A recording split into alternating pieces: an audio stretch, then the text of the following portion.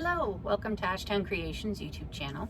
Today we're going to be sewing up the Swash shoulder bag by Needle and Anchor Supply Company. Let's go through the pieces.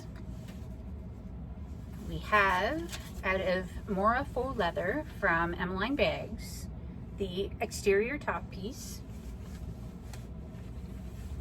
two of them. We have the exterior zipper bottom. This is the front and the back. We also have the front and the back for the lining of the pocket. And this is Techsew waterproof canvas in wine, I think. And this is from Spoonflower. It's linen cotton canvas from Spoonflower. I will figure out the name of the design and the designer and post a link in the description box below. And then we have, oops, missed. So we have the exterior, the back part of the pocket, the exterior zip pocket, we have lining for that. There's two pieces. Again, Techsew waterproof canvas. We have two giant lining pieces for the inside of the bag, Techsew waterproof canvas. We have, in the inside, there's a slip pocket and a zipper pocket. So these are two pieces for the slip pocket, waterproof canvas.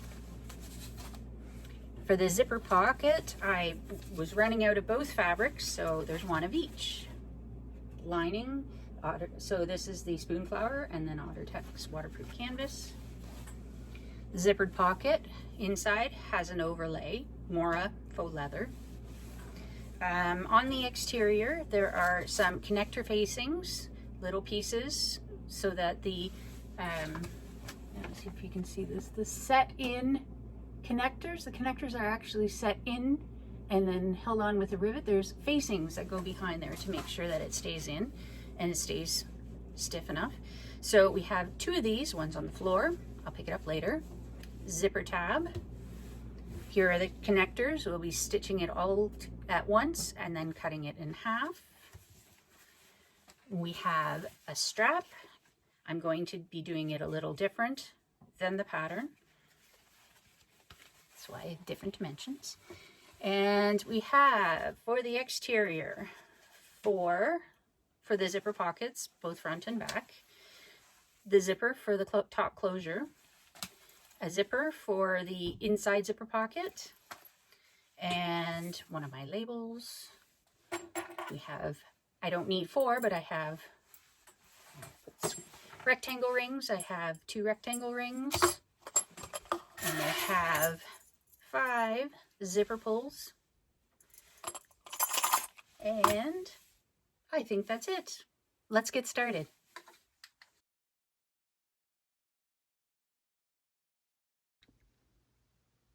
All right, so before we start sewing up this pattern, there's a couple things in it that I want to go over.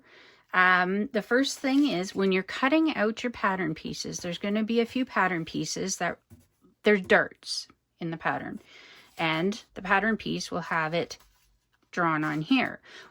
Some patterns require you to cut out the notch out of the fabric.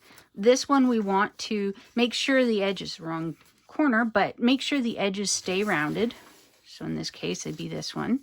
Stay rounded, but we want to draw on the lines because we're going to be matching up the lines later and stitching along it. So we don't want to cut this out yet. Easiest way I found to do that was to leave the pattern almost whole. I can trace around it. I cut up one side, doesn't matter which side, and then I can fold along the other line, and that gives me a way that I can then take my pen and actually trace the line on. So I get the lines, but I also get the nice rounded corner, the nice rounded corner. The other item, so that's one, the other item, and this is a good piece to show, is the lines that we need to use for the zipper. So on the pattern, see here. This part here is what we're doing. The zippers are actually set into this part, and we need to draw out the lines to basically map it out. Yes, map out the area so we can fold back. This one's done. So we can fold it back, and when we turn it around the other way, we have a nice folded edge. We don't have any raw edges showing. It's a great way to get a zipper in with clean edges. So I found this pattern piece a little confusing on how I was going to actually, I'm not good at measuring things and being exact, so I'd much rather use a pattern piece. So what I ended up doing was, with this pattern piece, I snipped all the way down to the second dot. Then I started and I folded this one all the way around. Then I folded the second one all the way around. So then I had some nice creases in it. So then I could put it and match up the edge. And to draw the first set of lines, I had the first one folded back. Make sure you match up the sides. So I actually match up the sides, and I put a clip in it to keep it.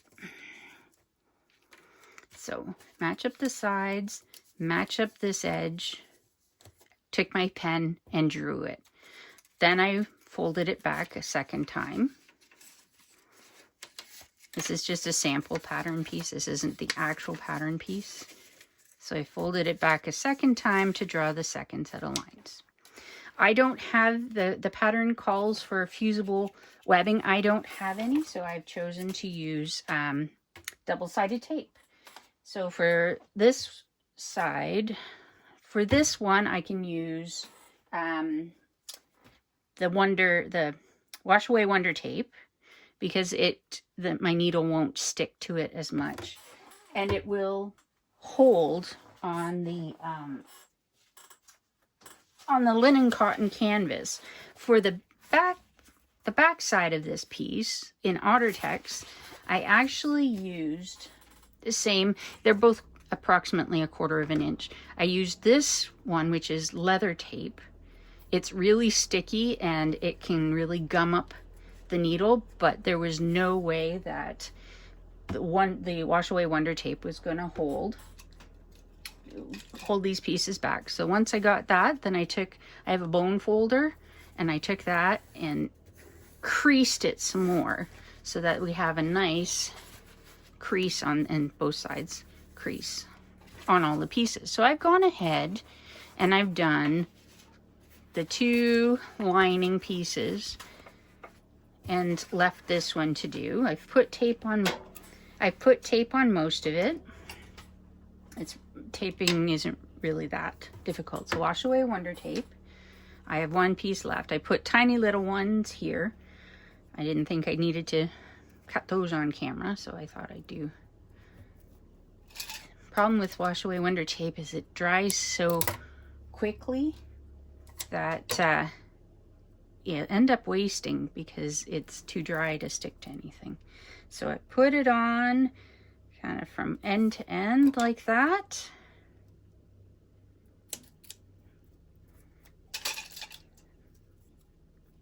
Put my tape away, and then I start peeling.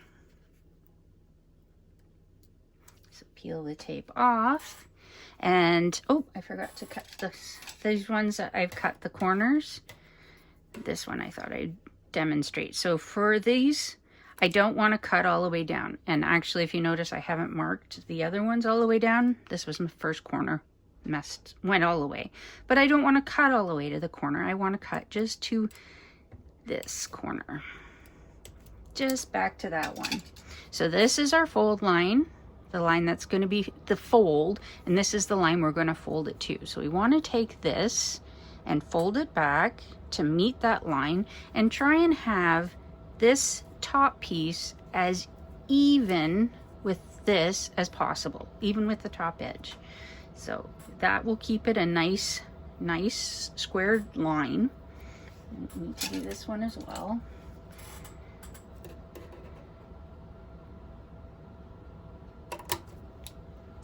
There we go. Let's take this piece of tape.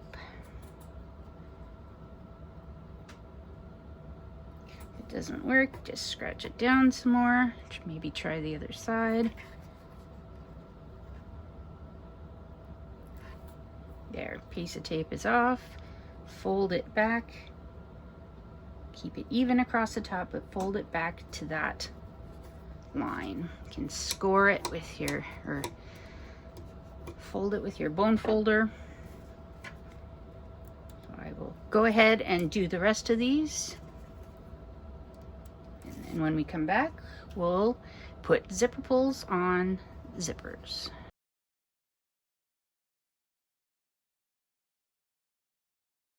So again, we want to fold on this line, back to this line, keeping it even across the top, just like that.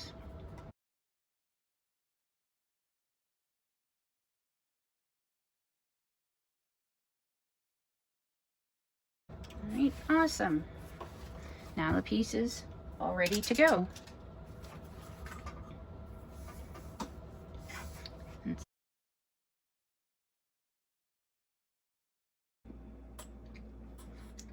Okay, on to installing zipper pulls on, like, we're gonna do just one side, so we only need 2 zippers for now. We'll do the other 2 later.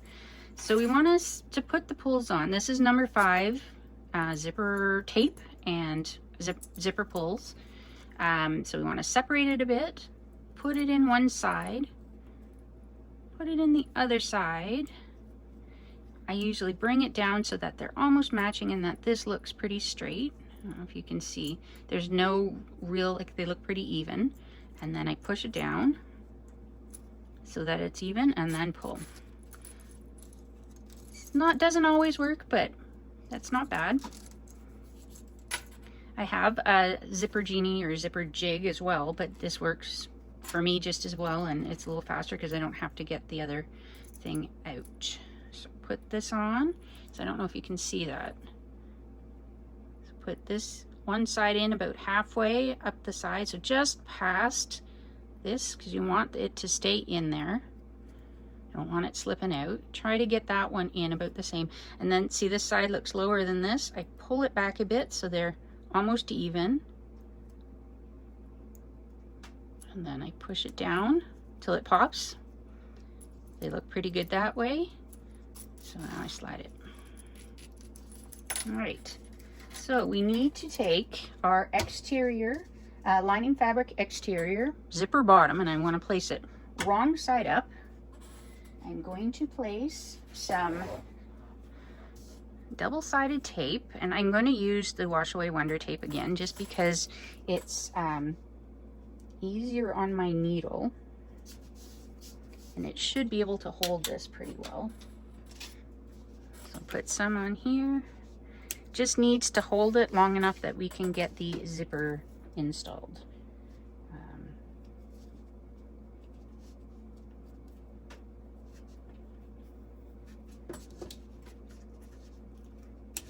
All right, those 2 pieces on. And now we want to install the zippers. We're going to put them right side up. And we want to have, see, this is where the zipper is pointing. So we want it closes down that way, opens up that way. So I want mine both to be closing in the center. So for the first side, I'm going to have it pointing this direction. I'll just, for now, let it sit over there. And so this, if I put this one on, it would close. You know, if you can see it, it would close to this side. So we don't want it doing that. I want them to close to the center. So I'm going to flip it over, and now I can put. So this is the way I want the zippers. Okay, so working with that, I'm just going to move it up here. I'm going to take, so that's how we want it oriented. So I'm going to take the tape off of this, get it to stick.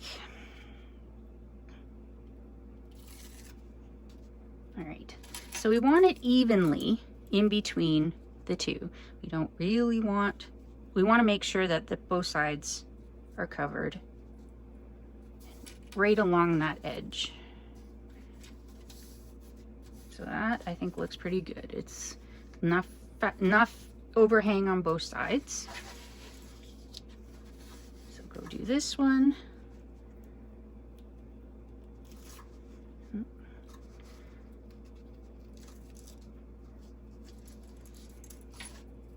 So yeah, again, we want it lining up with the bottom, this bottom here, and we want it overhanging about equal amounts on either side. Doesn't have to be perfect. You just don't want it like this so that you have a space. You want to make sure that the zipper tape ends well within the seam. And I didn't get it again over far enough.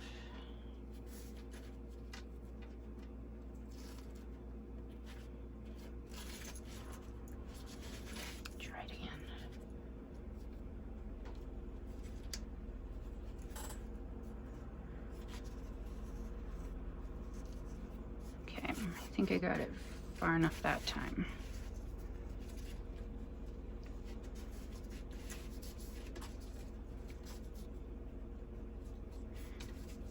All right, so now we need to place another piece of tape along this edge again.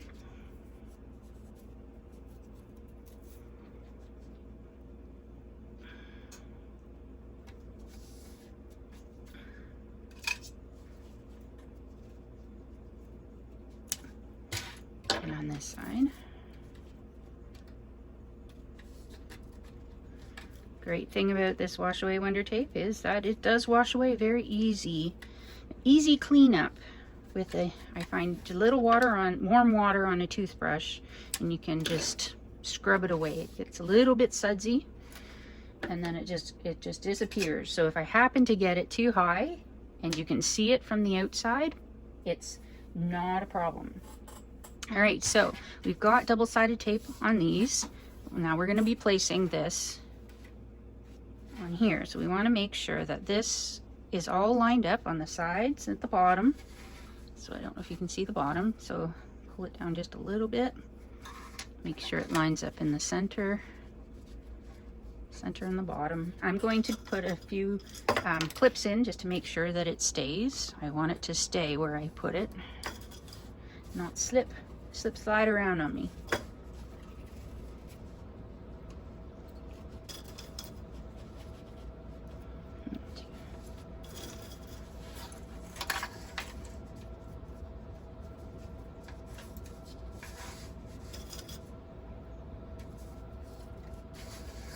Okay.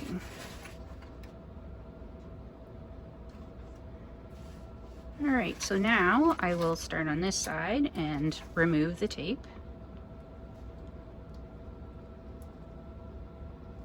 There we go. Now remove the paper from the tape, exposing the tape. And then I can put this down and kind of press it down into place. Try to keep it even all the way along the zipper.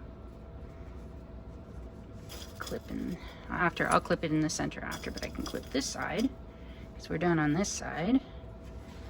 So clip that. Now I'm going to turn it around.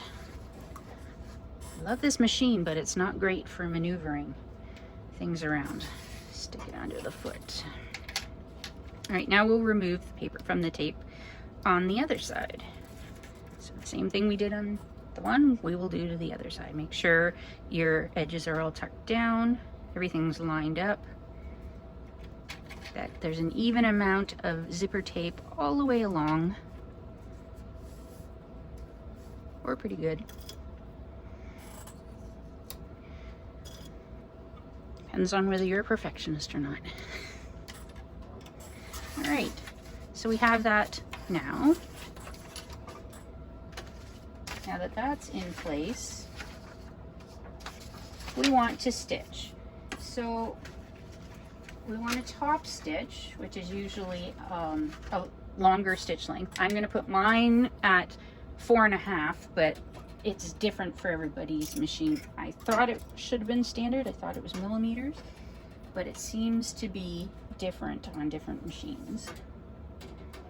I know when I got this machine, I actually tested it, the length, measured the length, and had to do a few adjustments. So I know, I'm pretty sure mine is millimeter, at least it was when I set it up. So I've got mine on 4.5. What we're gonna do, we're gonna stitch down the one side, across, and back up. I'm gonna do it at 1/8 of an inch seam allowance, and hopefully everything is lined up enough that it catches both on both seams, because we want to make sure we catch the back and the front in the one seam. So let's give this a shot.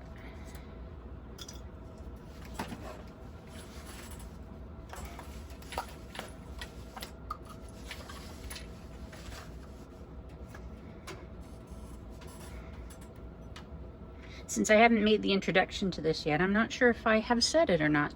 I'm using a Techsew 2750 Pro. It's a cylinder arm that has a flatbed attachment. I'm not using this because this pattern needs the strength. I'm using this because this is where the best light is for recording. So I haven't seen anything so far that, obviously, that I haven't gotten that far, that I would say requires heavy duty. I'm sure this probably, if you choose the right fabric, can be done on a domestic machine. Having said that, I didn't go through the interfacing. So briefly, the front, any of the cotton canvas, linen cotton canvas pieces I have, I interfaced with woven fuse, which is equivalent to SF101. It's a woven, light to medium weight woven interface. It's not really heavy duty, but it's not as, it doesn't give the stiffness that a woven fuse 2 would. But it still gives it more structure than it would if I had just left it without. Anyways, so I'm have to hold my tails with this machine or it gets caught. So over. And one more.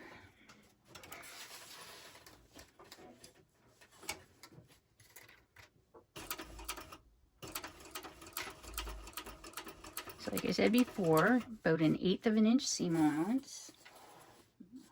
Hoping that I catch both pieces. I will have a look after. So I don't want it more of a 1/16 of an inch. I want it more 1/8, if not even a little bit closer to the 1/4. So not a scant 1/8, it's a good amount 1/8 inch. To make sure that I catch that bottom piece as well.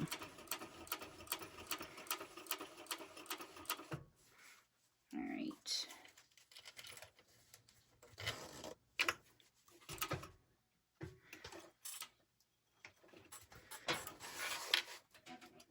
Foot down when you pivot, and then up this side.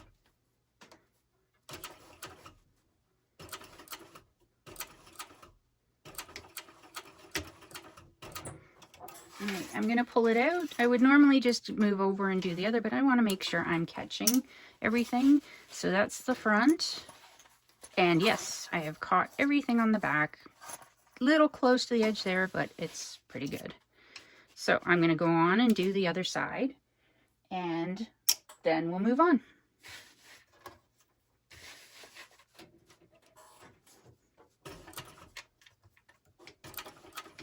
And remember to back stitch at the start and end of your stitch line. Keeps your stitches in place. Yes, and you want that. You don't want the stitches falling out.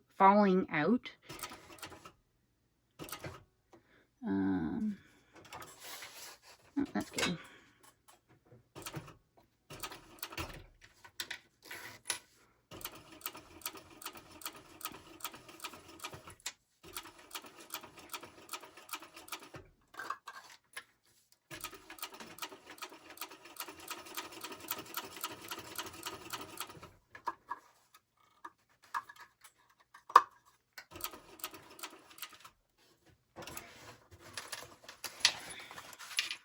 So yes, this pattern, if it was done with quilting cotton,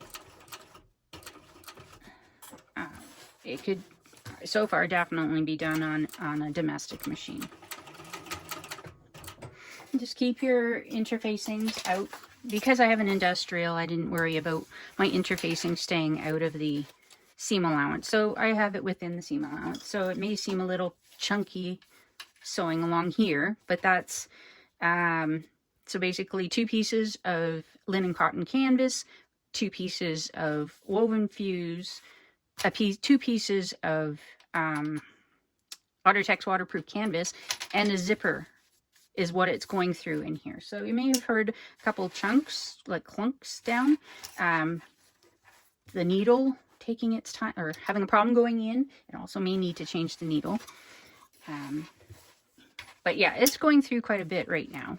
So I wouldn't worry about that. All right, so that's it for sewing this part of the zipper on.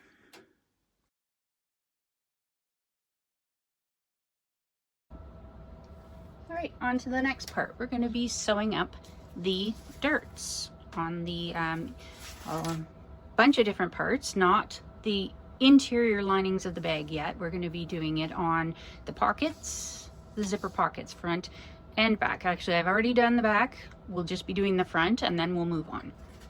So what I found the easiest for these, for the fabric part anyway, so if your bag is all fabric, this will work for all of it. But waterproof canvas, you kind of have to guess a little bit more. So what I found would work is if I stick a pin, I just took a regular sewing pin and I stuck it through, and you can see on this side that I'm way off the line. So I'll pull it back a bit, move it over so that I'm right on the line. So line on both sides. So I'm lining it up this way. I want to keep the pin fairly straight up and down. Then I'm going to move it along the line a bit and put it in a little further down and check on the other side and see, okay, I'm not quite there. So move the fabric a bit and there we go. Pretty good. Doesn't have to be exact, but it does need to be pretty consistent so that the bag will fit together properly. So what I'm going to do, so it's pretty close on that side and it's almost dead on that side. So now I'm going to put it under my presser foot, and I have changed my stitch length to about a 3.5, so I just knock it down 1 millimeter. And so anyways, and that's about my joining stitch. Some people like doing tighter stitches. This is what I like to use. So I usually start with my needle in a down position and then a couple forward, back stitch, go all the way across, following the line, and back stitch at the other end. Now you can chain stitch these if you're good at that. I'm not great when it comes to darts. I can chain stitch other things, but I'm not great at chain stitching darts. So I will be cutting the thread in between. So again, I'm going to take my pin, put it in here, check to see where it is on the other side, move it over a bit, and then come up the line, put it in, and see where it comes out on this side. Over a little bit. So need to move that over a bit. Oh. Both sides moved on me. So on the line, come out the other side. That's good enough. All right, so we want to put this under and stitch this. All right, needle down, 1 back stitch, and then right to the other side.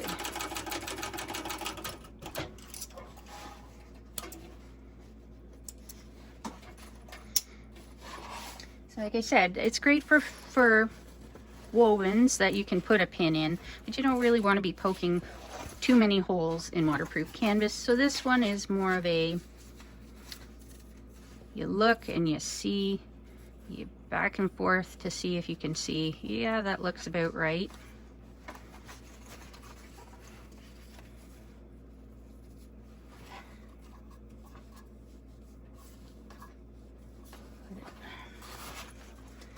try and get it under before the under the needle, under the presser foot and the needle down. Less likely it's going to slip now. So need to hold my threads.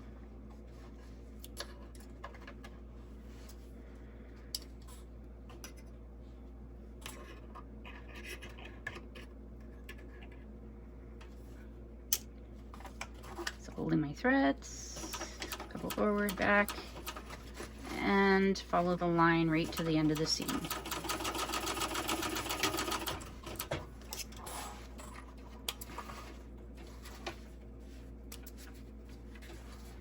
One more on this side. So again, trying to look at the line on the one side. I don't know if you guys can see the line on this side and the line on this side. I'm trying to make sure it's lined up. Fold this so that it's flat along the stitch line. Get it under the needle, presser foot, needle down, and it'll hold it.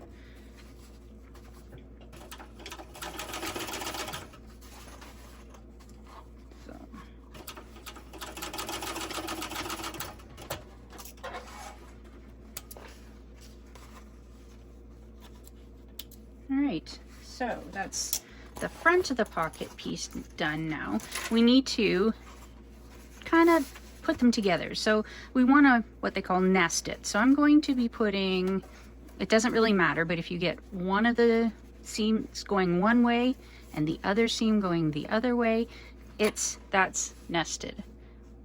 So it's a little more flat when it's like that. And this should cup right in.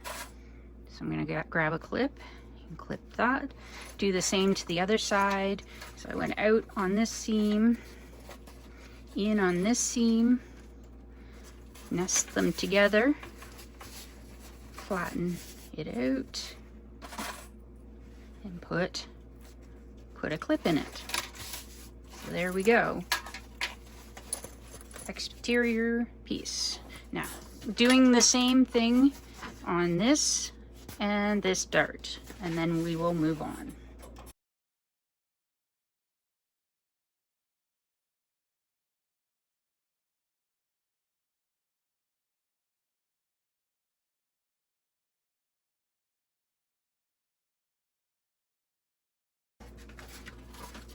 All right, darts are done.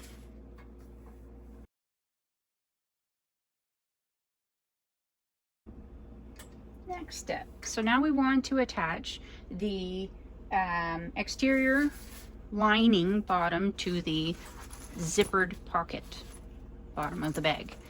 So we need to nest, sort of like we nested the seams here, we're going to need to nest this one into the other. So we need to turn this, pop out these darts so that it's all looking the same way. Put this on top,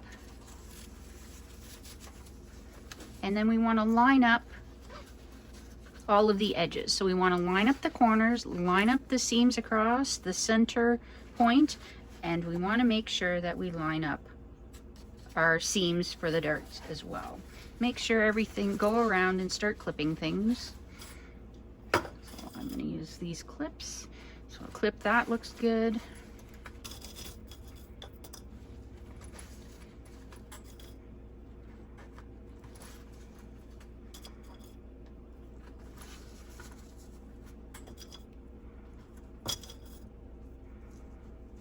Alright, let's go down the sides.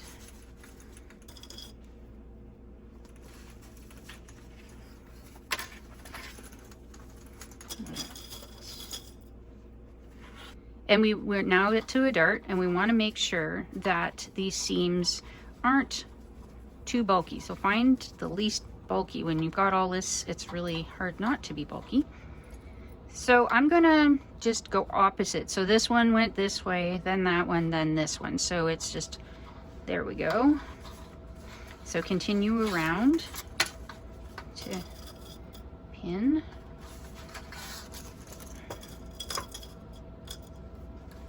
Or clip in my case.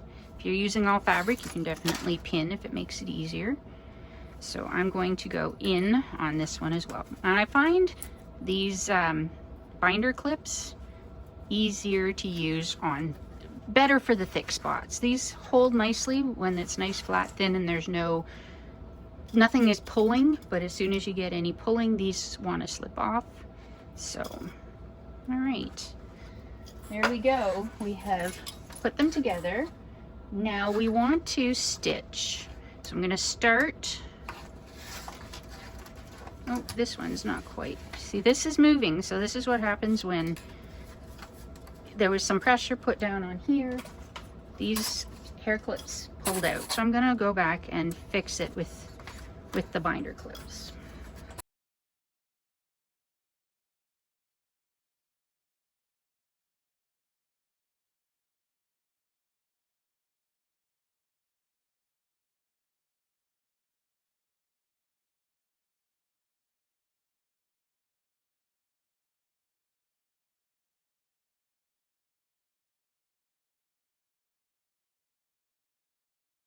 So we want to make this into one piece. So we're going to need to stitch, clean up my workspace. We're going to need to stitch all the way around because we want it all attached. So I'm going to start on this side and work my way around, and I am base stitching. I'll probably still do it at the 3.5 stitch length, but I'm also only going to do it about 1/8 of an inch away from the edge. We want these seams to be hidden, and 1/8 of an inch should be well hidden within the regular seam allowance when we go to join the pieces together. So I'm gonna start up here.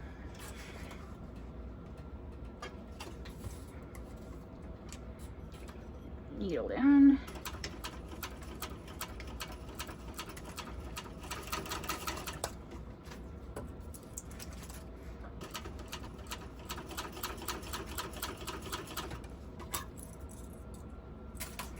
Moving zipper slider out of the way, zipper pull, whatever you want to call it, out of the way, so you can get a nice clean line across. You don't want it going wonky because the zipper slider was in the way.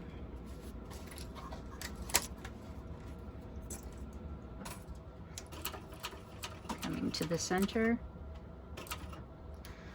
slight pivot.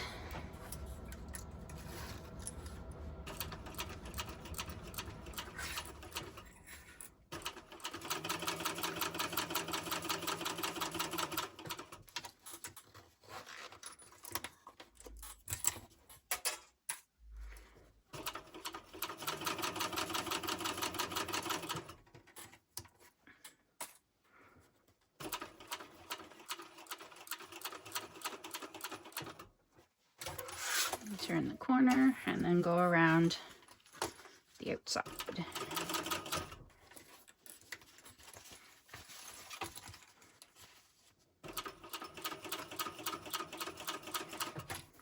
So I find because this is an odd shape, it's not flat on flat, it's got a curve to it. If I hold it up, it'll keep from pulling the top fabric away from the bottom on the side. So it just keeps them in line because I don't have the stress on it that I would if I left it flat. So, and I want to make sure that everything stays where it's supposed to. So I'm stopping lots, leaving the clips in, holding it up. Hopefully you can see what I'm doing. Holding it up to get around the corners.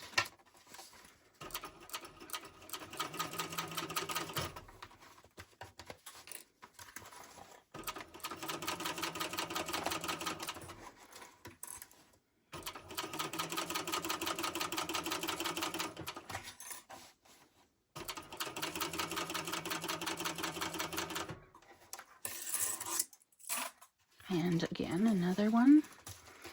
So keep it flat.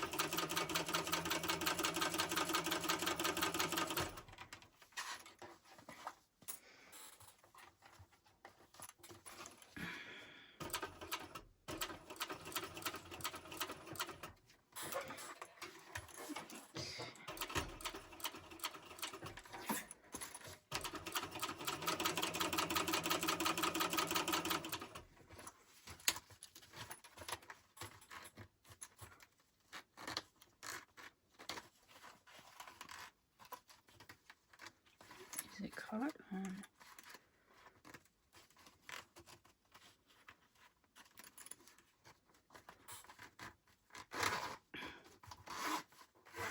Oh yeah. Needed a little convincing.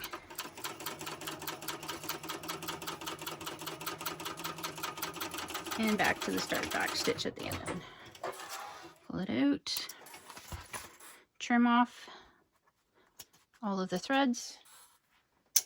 And there we have this piece put together. Now go ahead and do it with your other piece, and I will meet you back here shortly.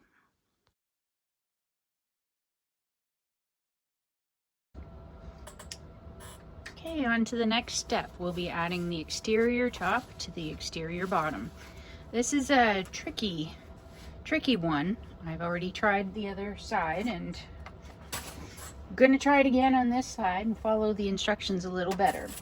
So the pattern recommends that on the back side of the exterior top piece, we draw the lines on for the seam allowance.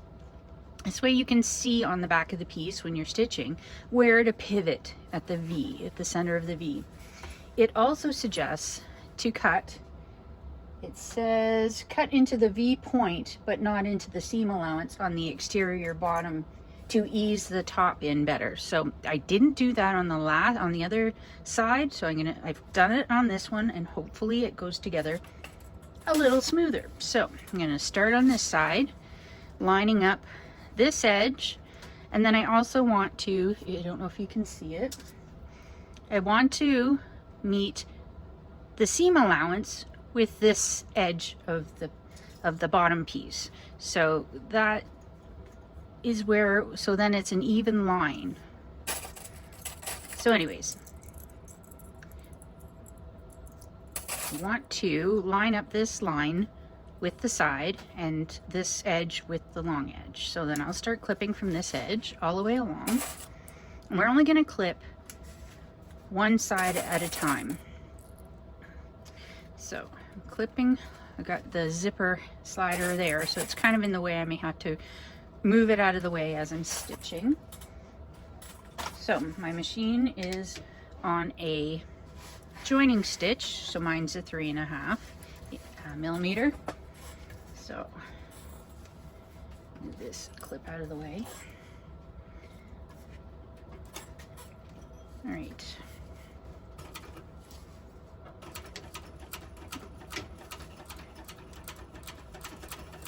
So we're gonna follow the line all the way down to the center.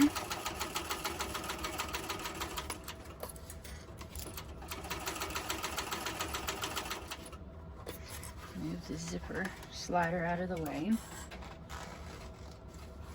More faux leather is really nice, really soft.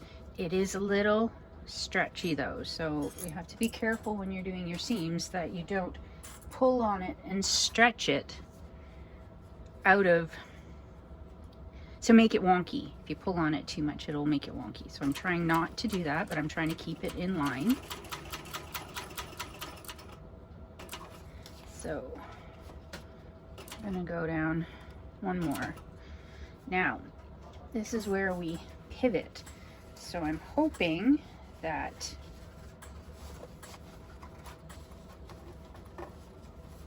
all right, I'm gonna just back stitch on this, make sure it's in. Okay, pull it out.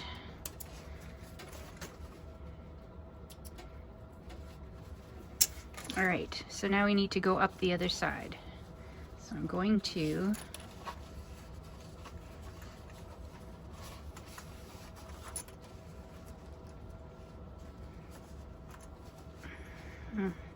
yes, I think it is stretched a bit.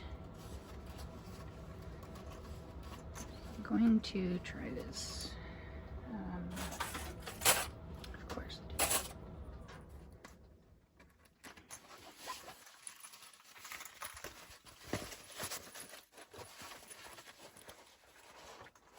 So I'm going to line up this edge. Start from this outside. See if I can work back in. toward the center. Don't really want a pucker in this corner. I want a nice point, a nice V-point. So I think that should work. So now I'm gonna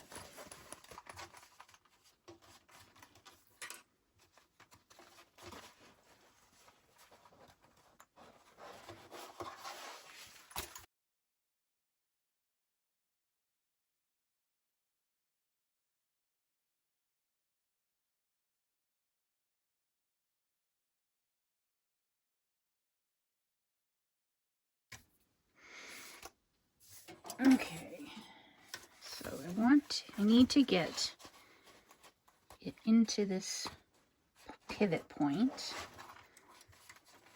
keeping everything in line.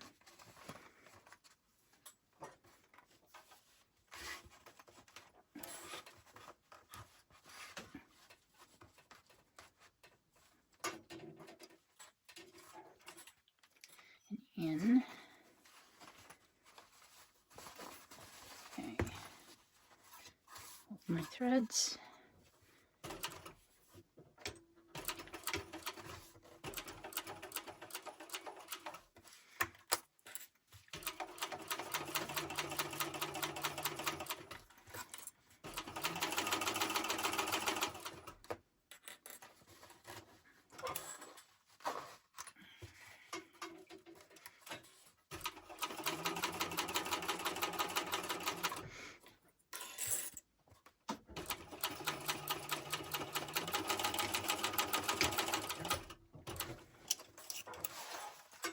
Alright, so I'm back stitching at both the start and the end of the seam. So how does this look? Okay, I've got, it looks like a nice point. In here, I haven't carried on, like I've missed a few stitches in there. I do have a nice point, and when I top stitch, it should top stitch that in place. It shouldn't have a problem with that seam. There's more than enough fabric there to not come through when I top stitch. So I'm quite pleased with that. I'm going to continue on now and top stitch. So change it to 4.5. And I'm going to top stitch out of 1/8 of an inch all the way across the front.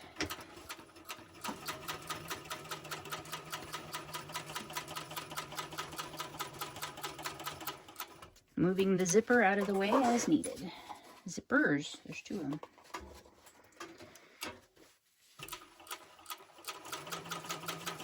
Get to point 1, at least one more.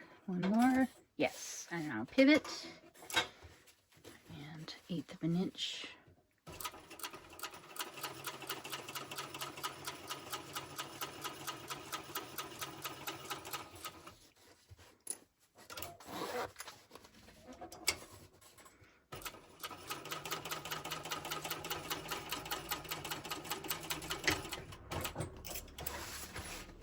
All right, and there we have the front piece all done.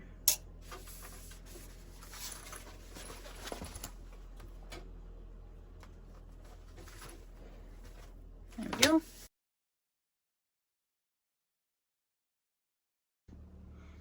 On to the next section, we're going to be working on the connector tabs.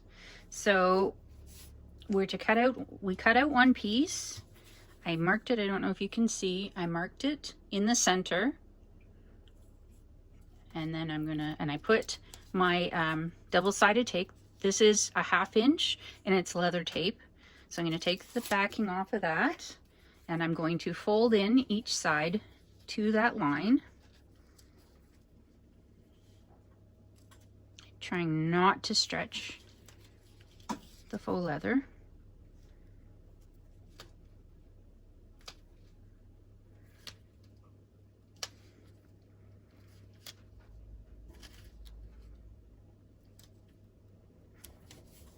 And now the other side.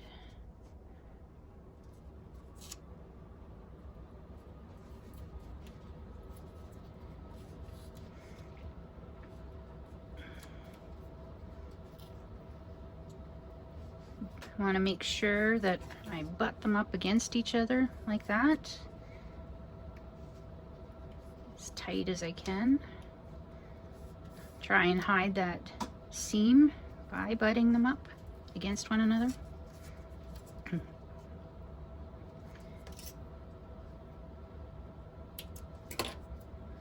Alright, and alright, we have our piece. Now we want to top stitch at 1/8 of an inch. So I'm on my 4.5 and I'm going to top stitch 1/8 of an inch up and down either side.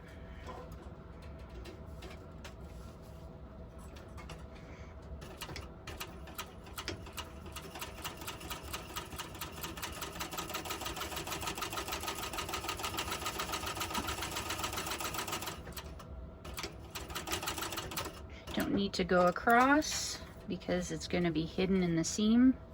So I'm just going to whip it around. I still want to back stitch at the start and the end of the seam. Make sure the stitches stay in.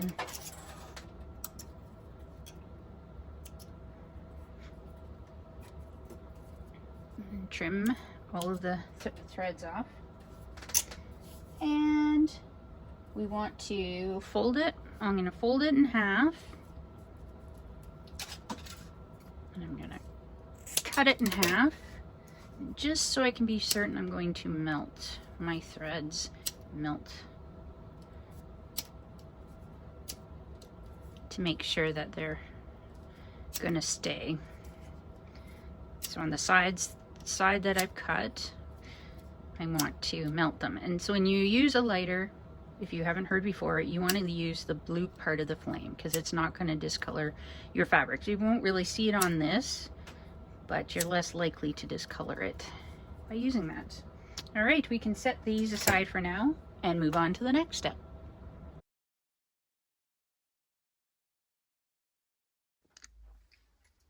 All right, for the next step, we are going to be attaching the connector facings to the exterior pieces. So you want to have one of your exterior pieces right side up. Now I found when I was, where did it go? When I was preparing all my pieces for the pattern, this piece here, which is the exterior top part, it had 4 dots, so I punched holes in those, and I've already transferred those marks onto my piece. So with this shoulder strap, there is one on one side. Let's see if I can find the picture. So in this pattern, there is one shoulder strap is on one side, and the other shoulder strap is on the other side of the bag, but the other side of the zipper as well. So when we set it up to do this, we want to have, depending on which side you want it to be, this side over, or this side to that side, or this side to that side, you want to have the dots all on the same, basically all on the same side. So when you're looking at the two pieces face up, they're both going to be on the same side, because when you flip it, that's the other side of the bag, you've got attachment on one side, you've got your attachments, your connectors on one side and your connector on the other side of the bag, because you can't have them both on the same side. So you need them on opposite sides of the bag, and one on the front and one on the back. So we want to, when we have them both face up, have them on the same side of the bag. So I've already gone ahead and marked mine when I prep my pattern. I'm going to put one aside for now. Just work with this one.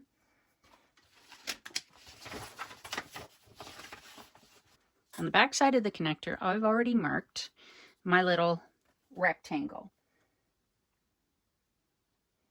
So I want to, this is going to fit inside these marks. Now you want to make sure when you mark your exterior, it's something that's going to go away, because we're going to stitch around this, pull it through, and just be left with a little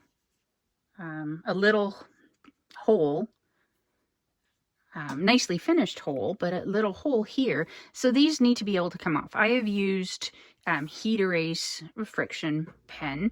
I think it comes off with just some water, but it definitely would come off with a little bit of heat. So I would put, definitely wouldn't put an iron rate on this, but I could put a warm cloth and put it, I'm sure that it would come off anyways. So on the back, like I said, I've got this drawn and I want to be placing it within this. So to stick it on, I'm going to put a piece of double-sided tape. I'm going to put a piece of double-sided tape on the inside here, right in the center on the inside. Because I want this, and I'm probably not going to do... So yeah, that's almost the size. So I really want it in the center on here. So I don't want this to show. And I don't really want the whole thing. Yeah. Anyways, I'm going to put it on the front here. And then I'm going to take the piece and lie it down, face down. So this right side up, this right side down on top. Make sure it's stuck. And then I want to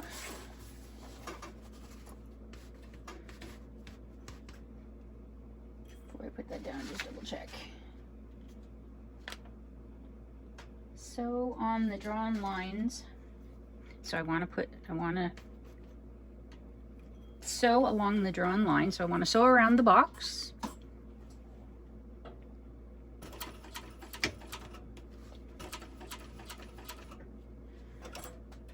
One more. Turn it. One, two. Yep, that's good.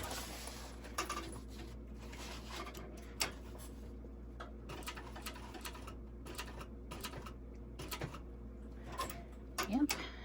Turn it one more time. And back.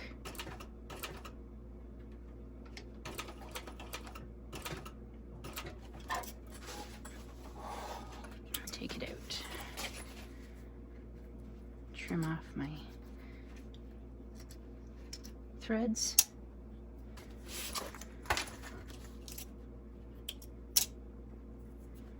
And now I need to cut into this, make a cut in the middle, just like you would do in the zipper pocket, like when you're doing this kind of welt pocket or welt zipper pocket. You want to do this, so I want to cut it in the center and then triangle out the corners. So basically I'll sketch this out with a pencil. So I'm going to cut in the center here, and then I'm going to go into the corners like this. So I don't know if you can see that. So I'm going to start it off with a little tiny snip. So I'm going to fold it in half. See if these will snip. Okay, so I made a little snip in there, little hole in to get just enough to get my scissors in, and then snip there, and then try and snip into the corner without snipping the stitches. These aren't the best scissors. There, and then the other corner.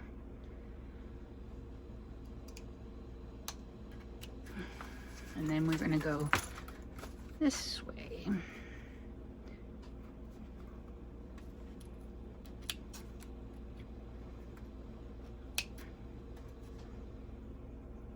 There, that corner, that corner. All right, so you can see we have all the way through. So what we want to do now is push this all the way through the hole that we've just created, sewn around. Bring it all the way to the back. There we go. Now, if you have fabric, you can press it. I don't have fabric. I have vinyl, so I won't be using the iron for this. So I'm going to do as it says in the pattern. If you're using vinyl or cork or something that you can't iron, I am going to put some double-sided tape on all 4 sides and then stick it down.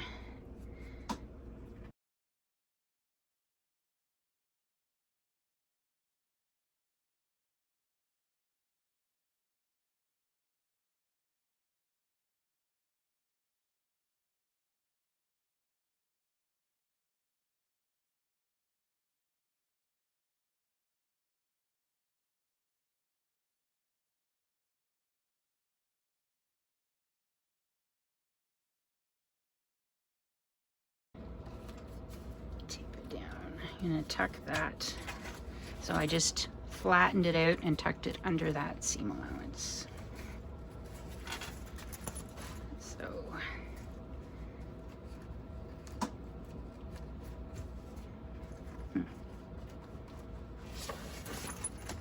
all right, on to the next step.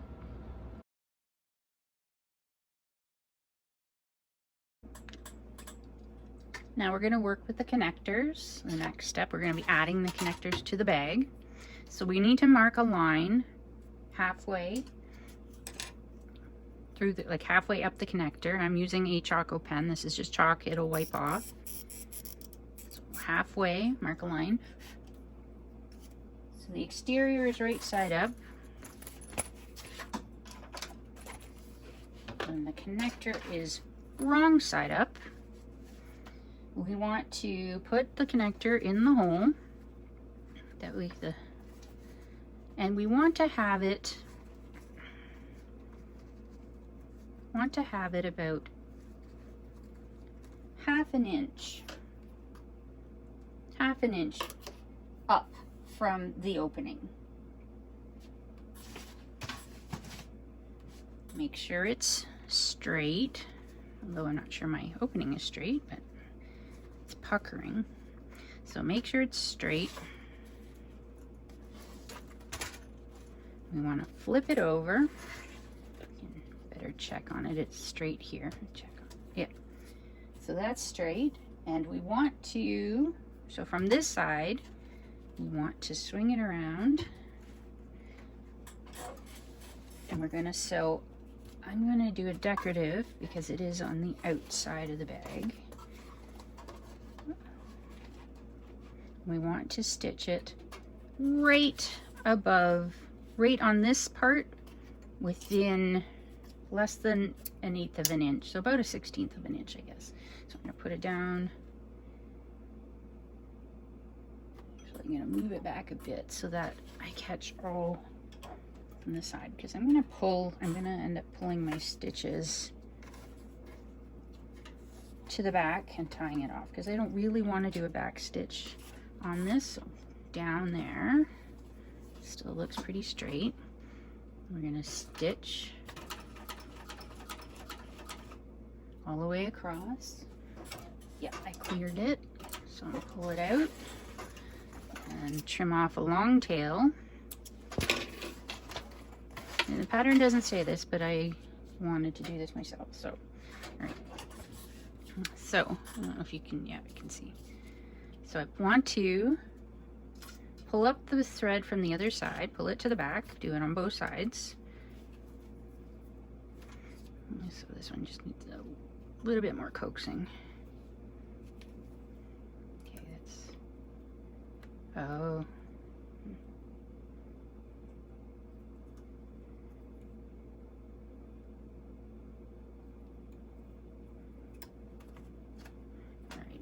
When I moved my thread back, it was still stuck in.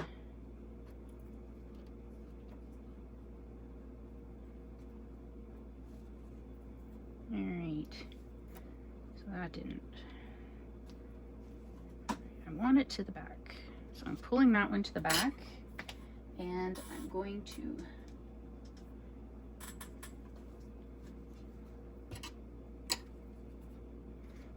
thread a needle and move the thread to the back using the first. So the first hole was here, so I'm going to put it in there, bring it to the back. Now I can tie off the threads to 3.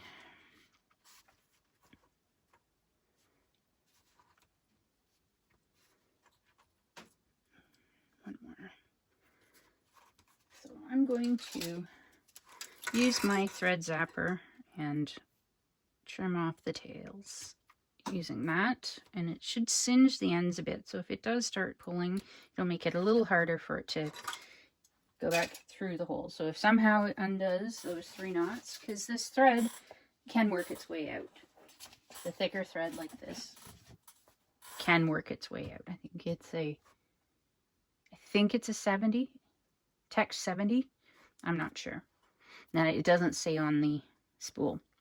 Anyways, on to the next part. So in the pattern, it says that you can place a rivet just above to make it secure. So I'm going to pause and then I'll be back with my rivet press and then we can put in the rivet. So I'm going to add the rivet right about where my little white line is crossing the center. So I'm going to put it there. So I want to punch the hole. So see where I've punched the hole. And then I'll take my rivet, put it in, pop the back on.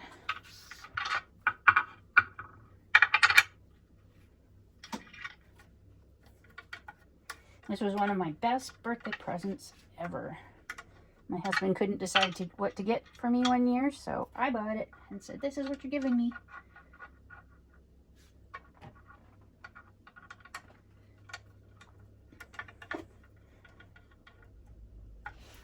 Alright, so now we're gonna press the rivet in.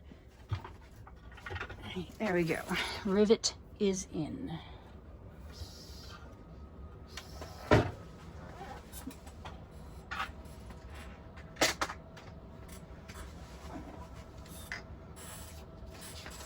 On to the next page. So now we're going to place the hardware.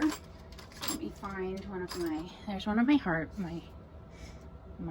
rectangle rings.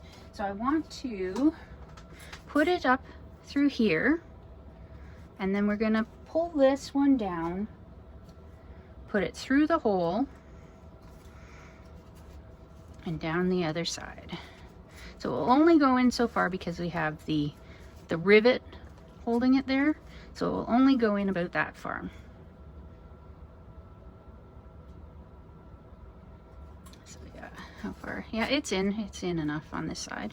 So we've got it in there. We want to, you can either stitch or rivet or both. So okay, back to this. Looking at it now, I didn't want to go over the edges. I wanted to start and stop in here so that it wouldn't be pulling, because this stitch is now pulling it, puckering it more than it was before. So when you do your first stitch, stay within the strap so it doesn't pull the stitches. And it doesn't matter if you like if you're back stitching on this part, it's probably better to do a few back stitches than stitching over the edges, because then it pulls funny. So back to this. All right, so it's in, and I want to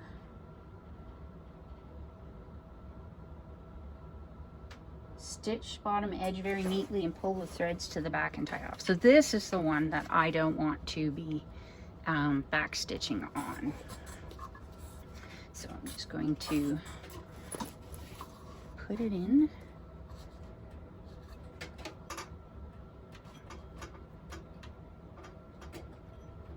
So yeah, my tails are good length. So I'm gonna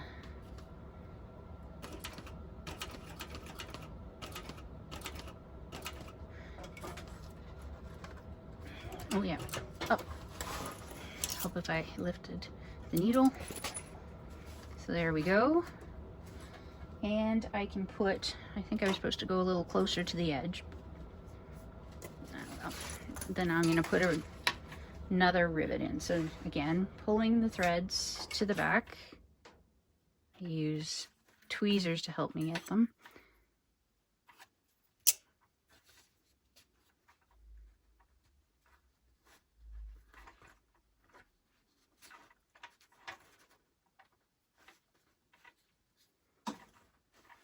And then the other side.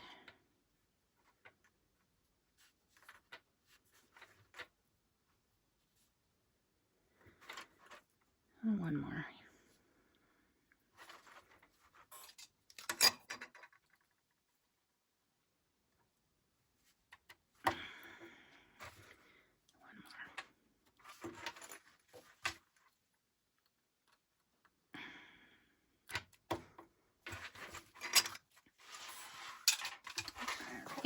And now I'm going to be adding, for a little bit more stability, I'm probably going to add a rivet. Let's see.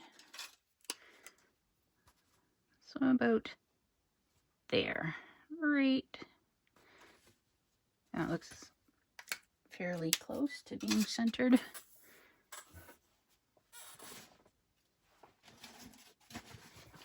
Let's bring my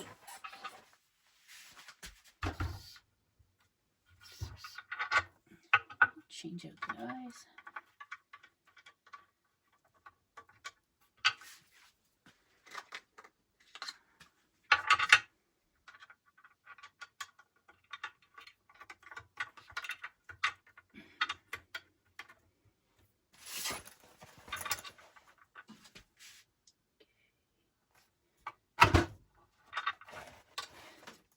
Right, ready for the rivet.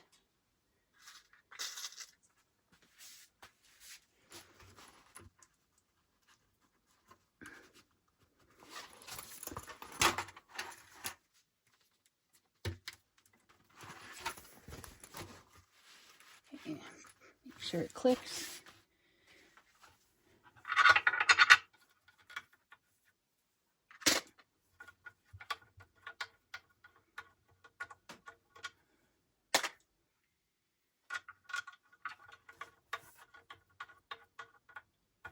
I'm going to press it gently. And there we go. One side is ready to go. We'll work on the other side and be back here in a little bit.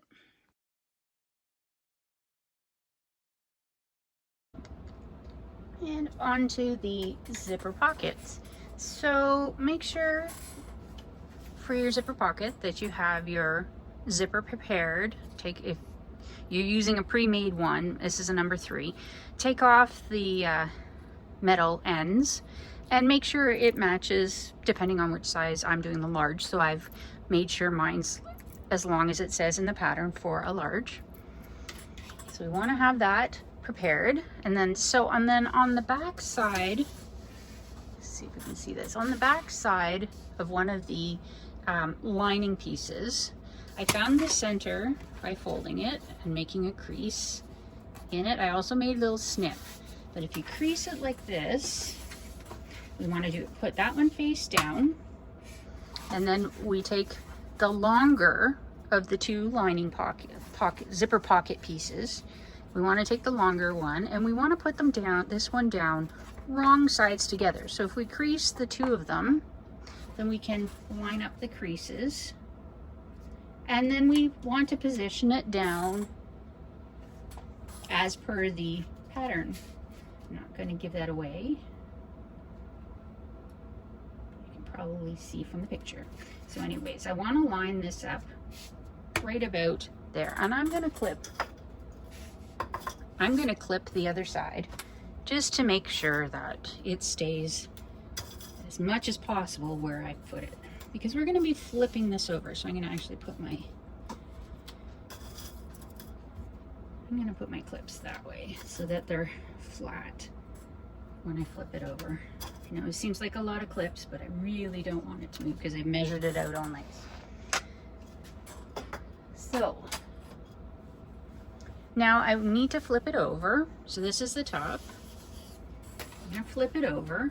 And again, there's the center line, I want to take my zipper, the overlay piece, should probably find center on it, but we need it to be centered in here. Actually, I need to clean up the edges.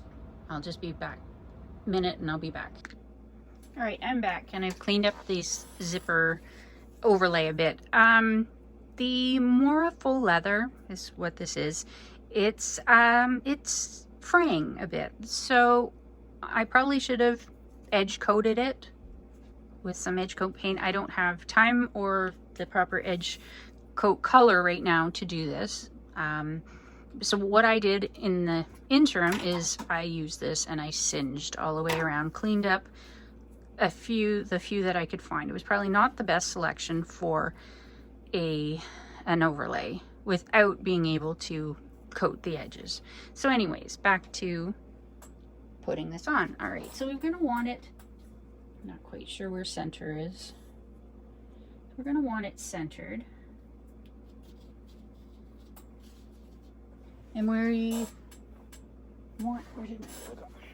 So we want to center it and we want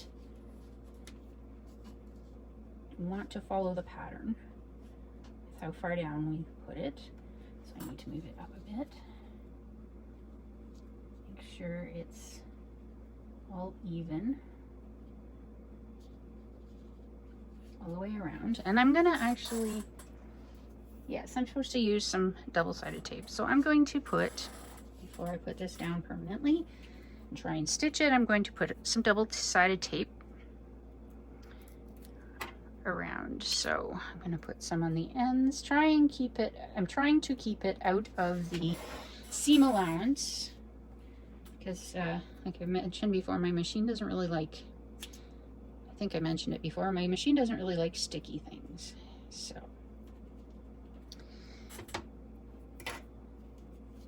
and then down the sides.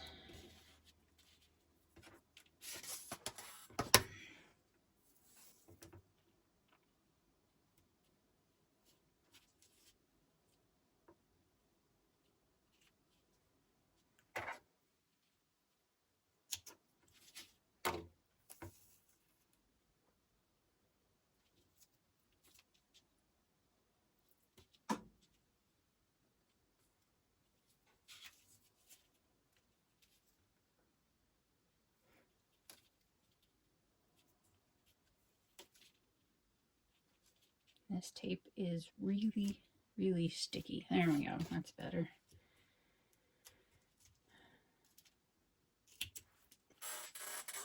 Okay, going to, how long is this?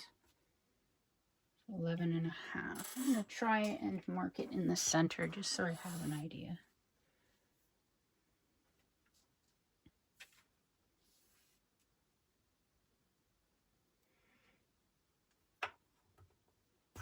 I think this is the center.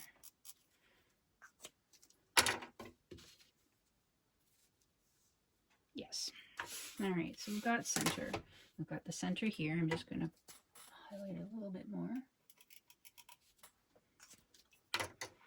So in the center, I'm lining up my ruler along this edge, and I'm also putting my number 6 in the center. It doesn't really matter that it's 6, it's just that's halfway through the ruler, and it's easier if I can line up with a number on the ruler. So I'm going to take this and stick it down there.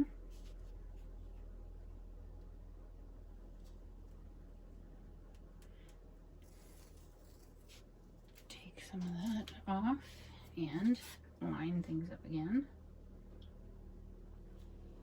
So line that up.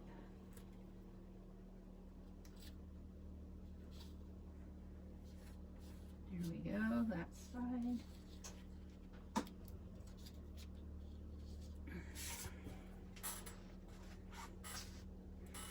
And one more. Come on. There we go.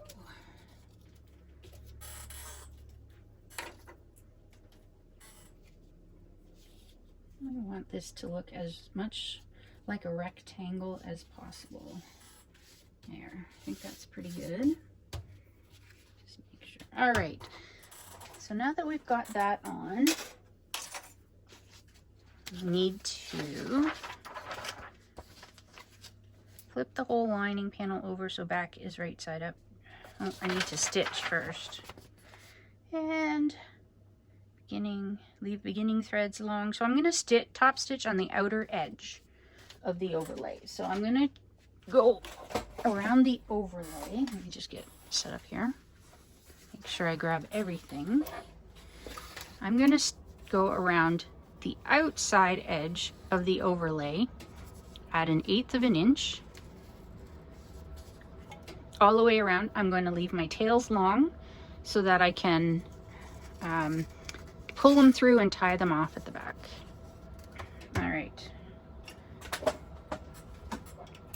And I'm putting it on a top stitching length. I'm going to start on the edge of the bottom.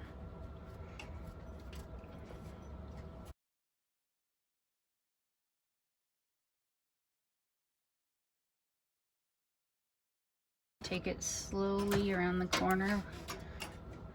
I want it to look as rounded as possible.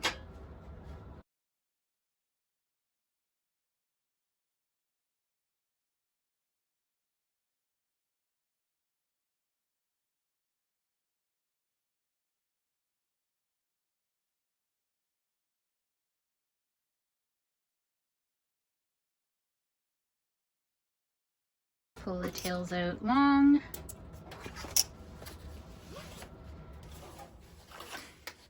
Now we're going to pull the threads to the back.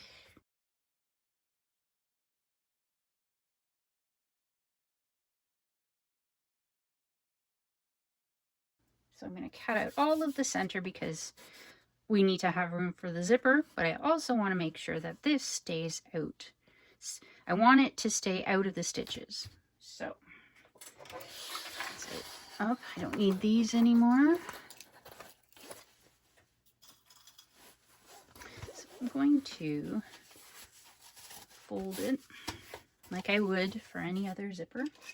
I'm going to try and, I can feel where the edges of the, actually I'm going to do it the other way first. I'm going to fold it this way so I can see the center. So I'm not going to cut the overlay. So I'm cutting there. So now I've got it started. So I need to go, I want to go this way. I want to trim it about 1/8 of an inch from the stitches all the way around, not cutting the overlay.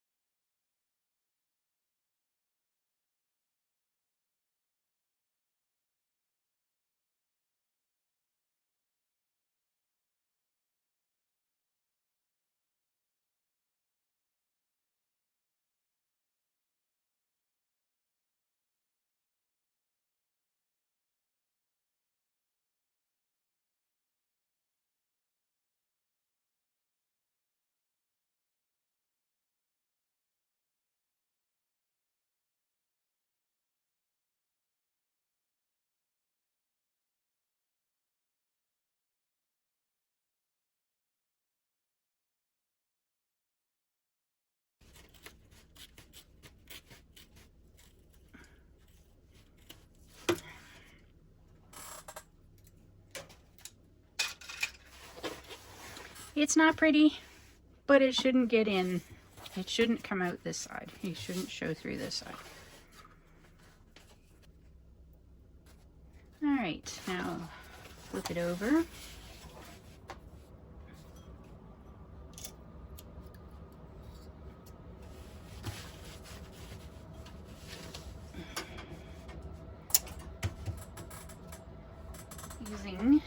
We're gonna put the zipper in now. I have to figure out, I want it closing this way.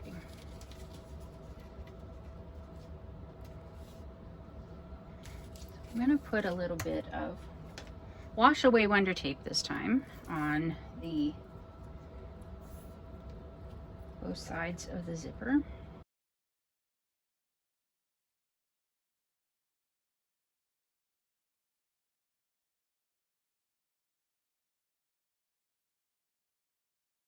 I'm going to attach this zipper to the back of the overlay. I'm going to peel the tape from one side at a time. So I'm going to peel it from the bottom.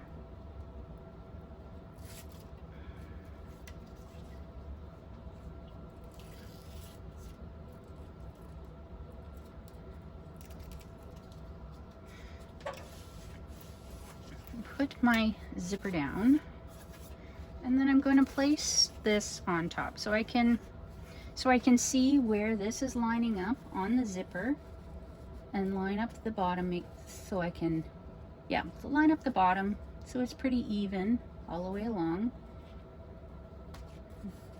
Stick it down, maybe move some of it up a bit, so there. So one, adjust it a bit so that side's in, and then I'm going to take off the tape from the top side,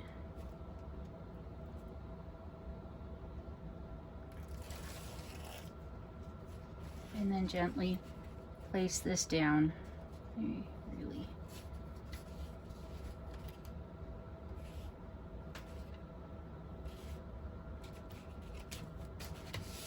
Alright, so the zipper is fairly straight.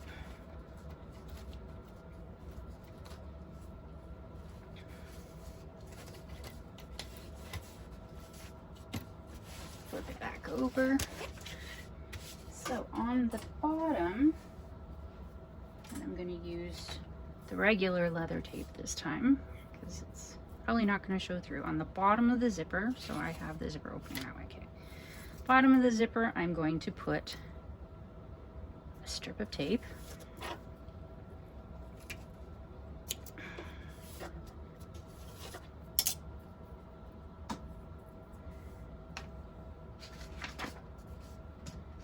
Going to take the paper off of the tape. Then I'm going to grab the pocket. Yeah, just stick this back in. So I want to grab the pocket and fold it all the way up so that it's straight up and even all the way across. Stick it down on that tape. So I've stuck it to the tape that was there. Crease nicely. Then I'm going to, so we're creating a fold. So then I'm going to bring this back down. And where it's on the tape, I'm going to crease it. I'm going to grab my bone folder and crease. So basically we're cleaning up, oh, and it's moved it. It's cleaning up the inside edge of the pocket by doing this. Now I have to adjust. Okay.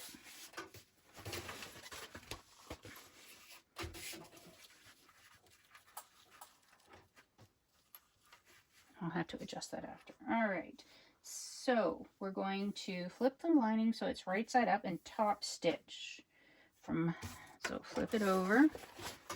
We're going to top stitch from this corner, from the top of this corner. I'm going to top stitch 1/8 of an inch from this corner all the way down, across, and up that. And we're going to leave the tails fairly long so I can pull it through and tie them off. And yeah, hopefully this is, the tape is coming apart. All right, I may have to stop and adjust along the way.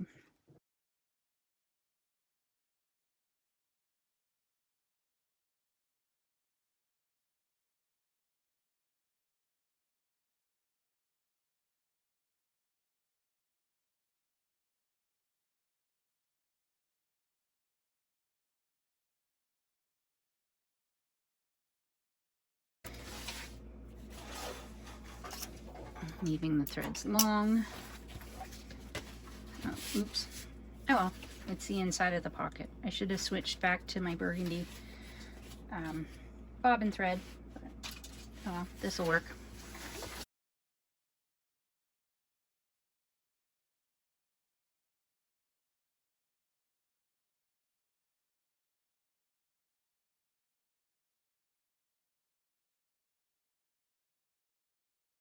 Some double-sided tape along the top raw edge of the zipper pocket.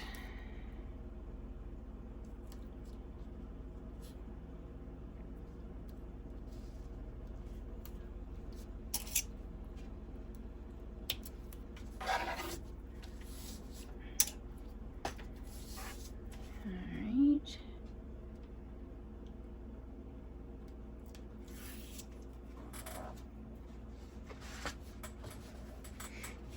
And place the other piece right side down on top of it. All right, flip it over.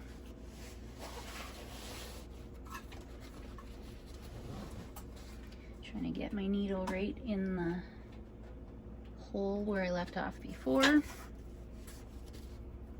And I'm going to stitch all the way across the top.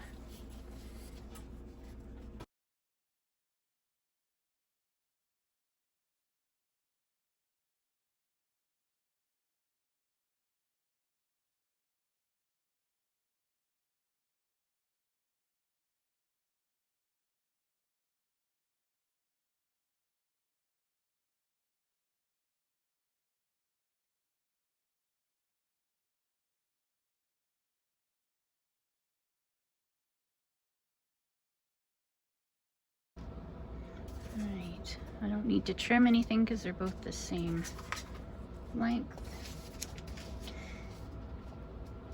So now we're going to flip it over and we're going to stitch all the way around the three sides, leaving the bottom open. In the pattern it says to iron these up 1/4 of an inch. Yeah, 1/4 an inch. Waterproof canvas doesn't iron very well, and I'm not using more double-sided tape. What I'm going to do is I'm just going to fold it up 1/4 3/8 of an inch, and I'm going to start at the bottom and stitch up the side. So I'm going to go all the way up the side, about 3/8 of an inch seam allowance. Trying not to stitch the exterior fabric in. Yeah, this one won't be quite 3/8 of an inch. It's more like 1/4.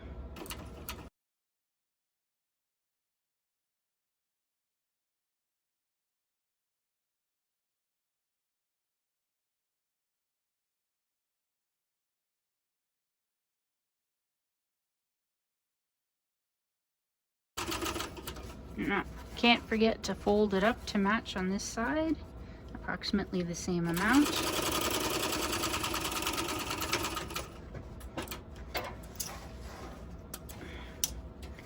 Then we can trim this end. We can turn it like this.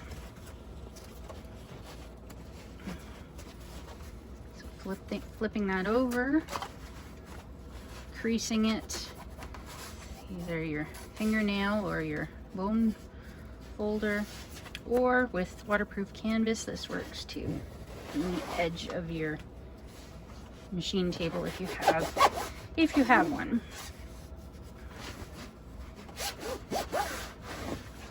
Puts an okay crease in. All right, good enough. All right, zipper pocket. We're gonna actually leave it open because something says to me that we're gonna be turning through it. Clean that up later. All right, that's the end of this. On to the next part.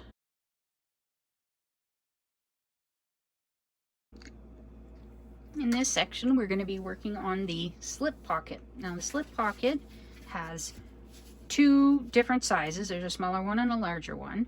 I think the idea was to have a nice print on the inside one so that it would show a little bit of detail on the outside, but unfortunately, I didn't have some neat fabric to show. I ran out of the other fabric to show that off. So we're going to be stitching both long sides. So put one long side together and we're stitching it at 1/4 of an inch. So needle down, we're going to do 1/4 of an inch seam all along the long edge, both sides. That sounds better.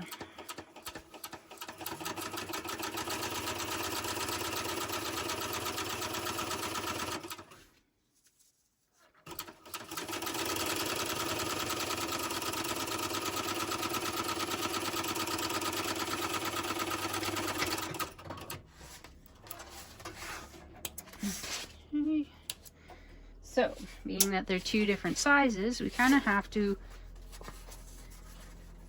bunch the back one up to meet. So I'm going to put in some clips just to kind of hold it. I think I could do it freehand, but this will work too. All right. You can do it from the other side, but it doesn't really matter if you prefer to do it from the other side so you can actually see where the bulk is going. I can feel it from this side, so I don't need to turn it over.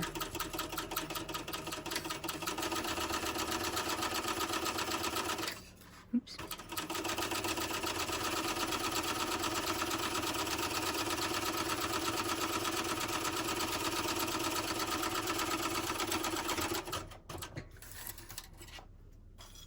Okay,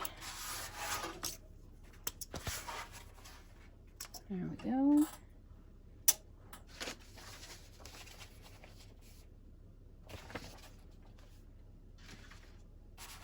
So we're gonna turn, so we've made a tube. We're gonna turn the tube. Normally with waterproof canvas I wouldn't double it up, but I wanted to try and follow the pattern as close as I could this first time around. Alright, so I'm going to try and line up the seams evenly on the one side so that the top, and this will be my bottom seam. So if you have cotton, you can press it. Waterproof canvas, I could, but it wouldn't give a really nice crease. So I may as well just roll it in my fingers and clip it as I go.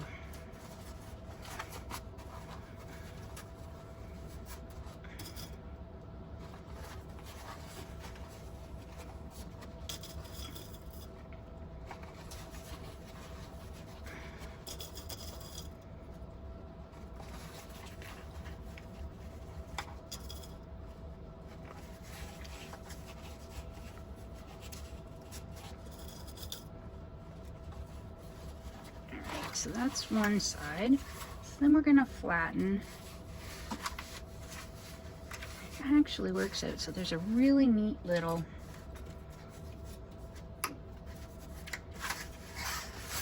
so yeah, if the back had been a different fabric, this would look really, really cool. Almost like a binding at the top of the pocket. I'm gonna grab, I have chopstick to help me flatten things out. So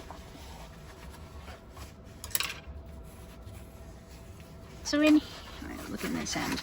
So in here, it's about the seam allowance. So we did 1/4 inch, just a little over 1/4 inch. So when I'm putting this in, I'm forcing the seam allowance up so that it's in here. That'll make it a little more stiff and it'll just sit really nice on top.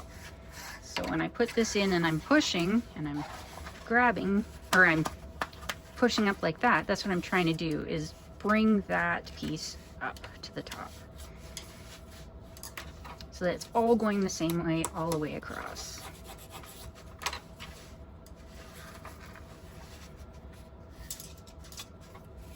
And I think I have that. So now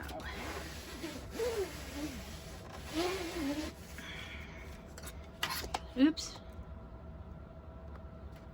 So now the other.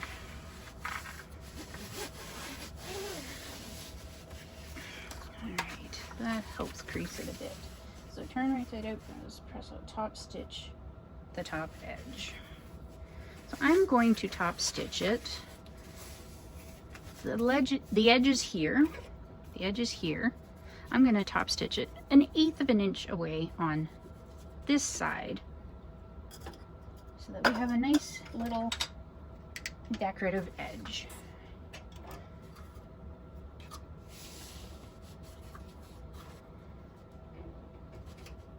So I increase my stitch length to 4.5 again. It's a decorative. I'm going to back stitch.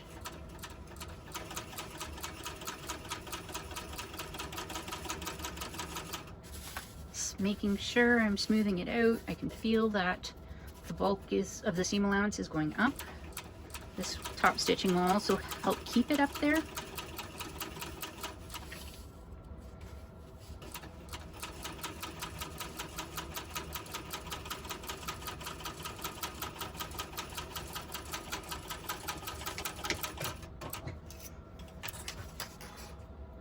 Alright. That looks cool.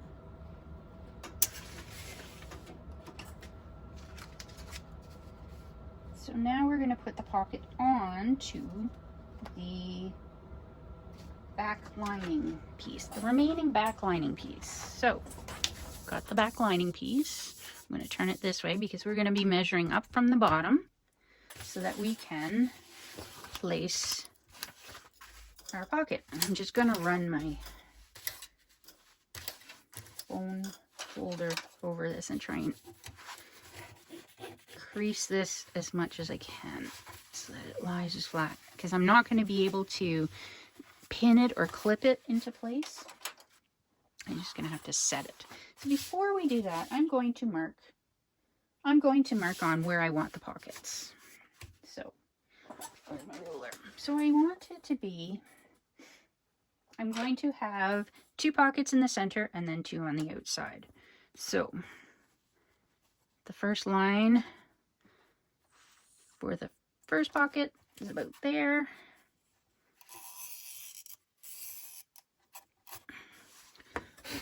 Use my Choco pen.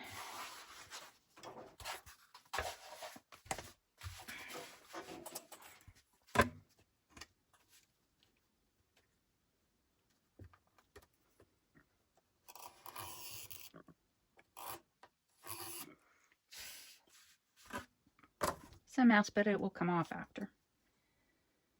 And then 1 right in the center.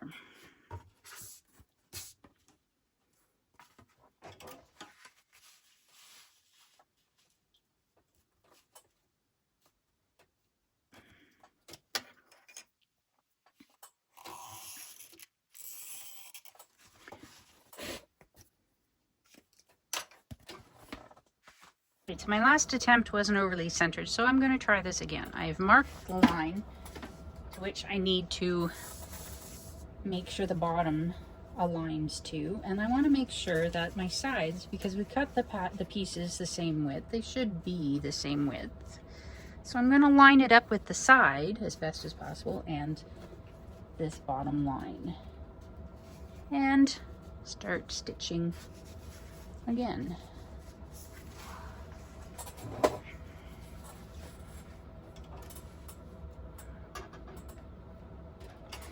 Again, 1/8 of an inch from the edge, and I'm using a 4.5 stitch length, and we're just going to go make sure to back stitch and down the side, across the bottom, and up the other side.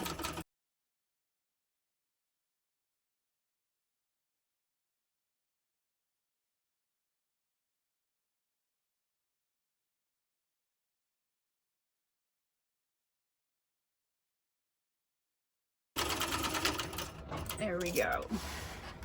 Ouch.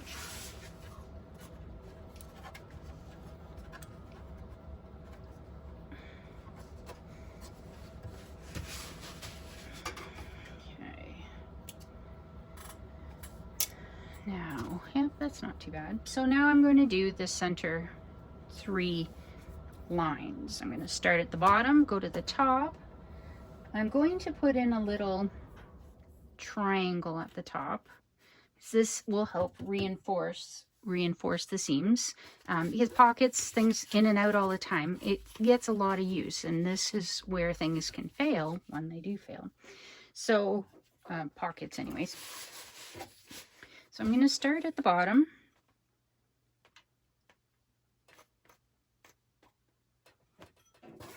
Right. I'm still using my top stitch length of 4.5, so I'm going to come all the way up.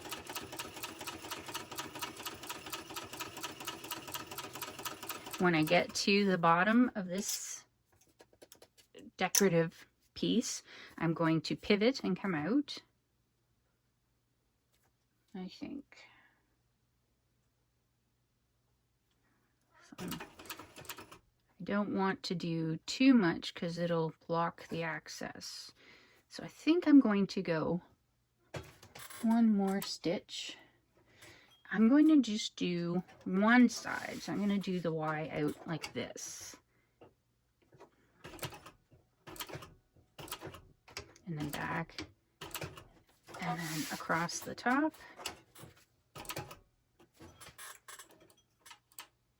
Actually to there. And then come back down. All the way back down to the bottom.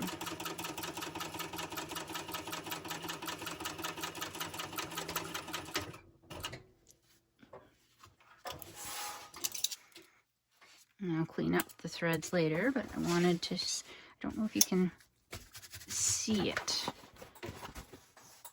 in here. So I kind of came up here, across, and down, and then all the way back down. So this gives it just a little extra hold, a little extra. I'm going to do the same on the other side. I think I'm just going to go straight up and down on this one because they're so close. If this was just without this center line, then I would have done both sides. But to take away from, there are going to be useless pockets if I do that. So, all right, start at the bottom.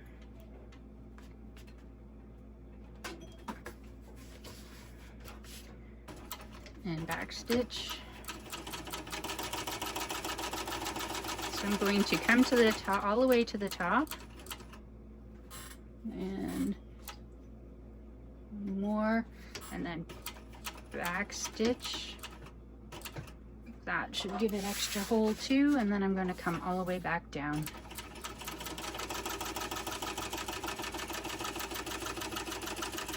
And back stitch at the end.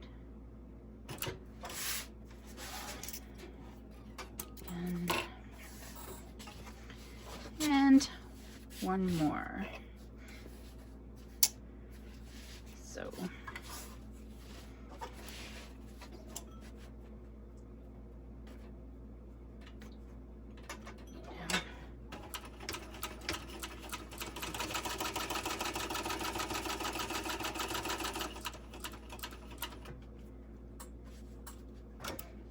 okay, now I'm going to turn and kind of come up on an angle.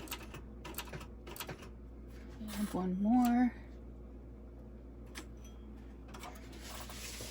come across.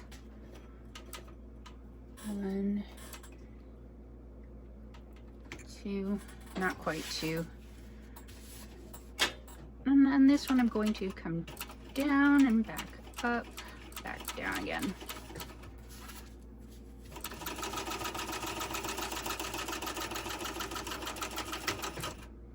And now I'm going to trim up my threads. So I don't need to pull these to the back. Those ones, I'm going to trim them off, and then the other ones on the back. So we've got stuff sticking out the front, so I want to pull these all to the back. So that'll help get rid of any of, well, I'll singe those with the lighter. So I'm going to cut all this off, and then I'm going to run the lighter along both the front and the back. So right, so lighter to try and melt the threads, and I want to trim them a little bit more than that because you don't want them too long when you're trying to singe them.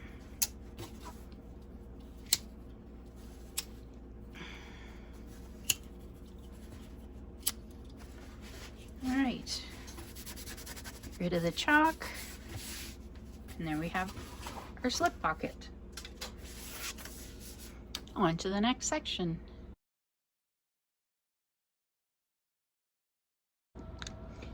So it's time now for the main zipper closure prep. So I've already got my slider on my zipper tape.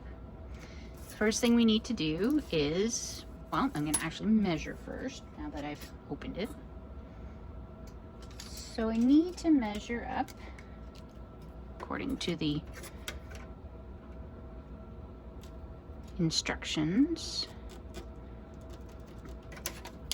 So measure up a bit, and then I'm going to, because we want to turn these at 90, we do a 90-degree turn on these. So we mark a line, then if you can see that line or not, then we want to pinch at that line and turn the zipper out.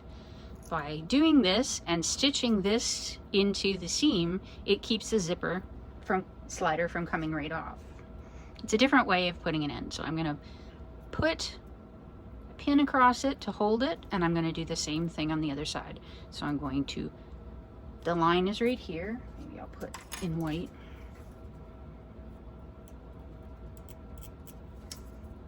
Okay, so on the line, there's the line.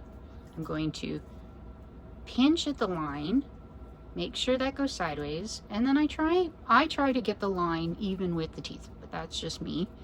That to me is closer to a 90-degree angle than if you didn't, and if it was sitting off like that. So bring this down right across, 90-degree angle. Rarely ever stays that way for me when I go to stitch it up. So we got the pin in it, and what we want to do is put stitches up as close to the edge as we can, up either side. That'll hold the 90 degrees in place.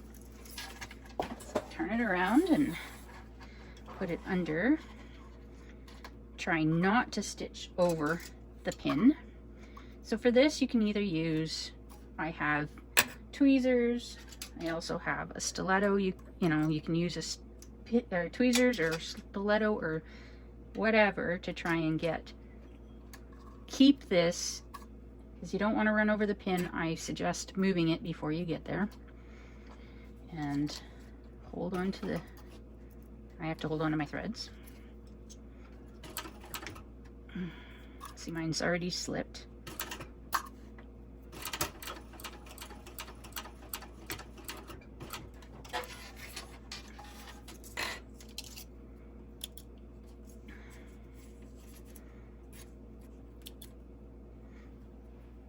Alright, so it's not quite 90 degrees anymore, but that's not uncommon.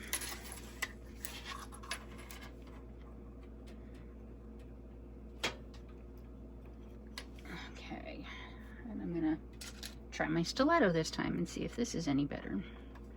Either way, you don't want to be sewing over the pin or the stiletto or anything else, because that'll wreck your machine and could hurt you.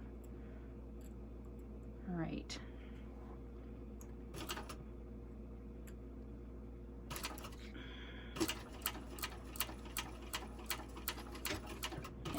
Yeah, it went about as well as the other side.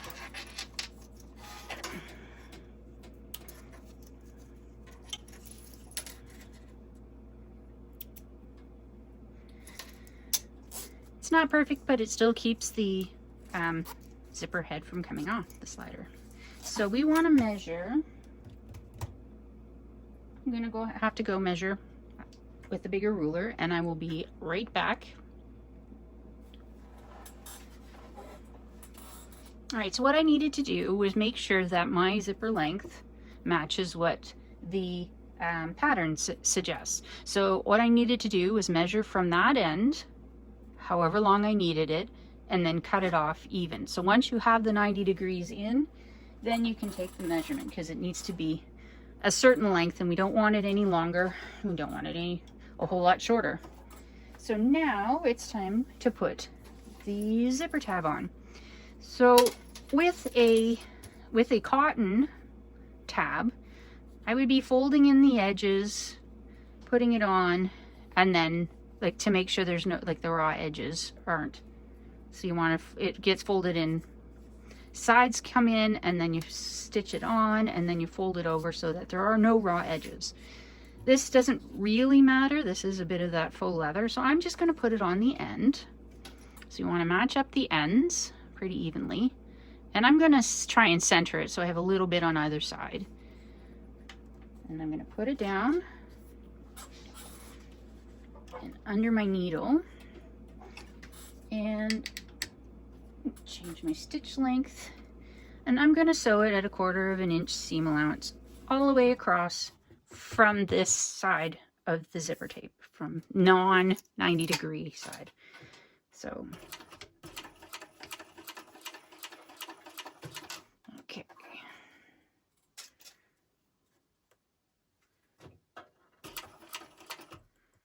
trouble getting up over that zipper tape lump.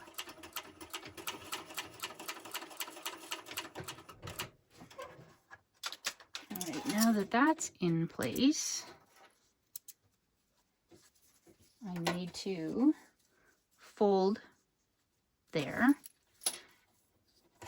And then on this side, I want to fold this in to match. So we have it like this now. So it's folded, folded, and then maybe not quite to there, folded again. So no raw edges except on the sides. So we've got where we stitched is a fold. Then we have a fold on this side. And now we want to stitch it 1/8 inch from this edge. So we're top stitching. Make it look all pretty.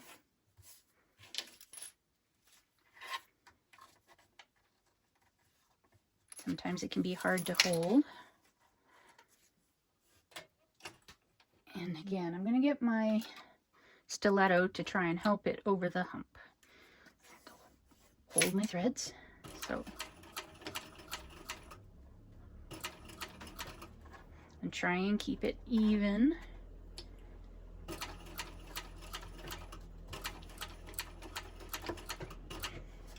And there we go.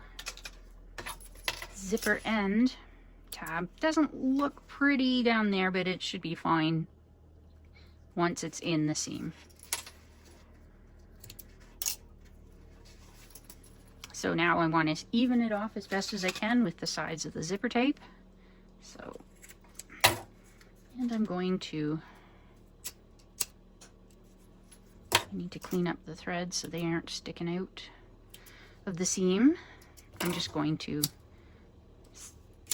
melt them a bit. All right. And there we have the zipper. So on to the next section.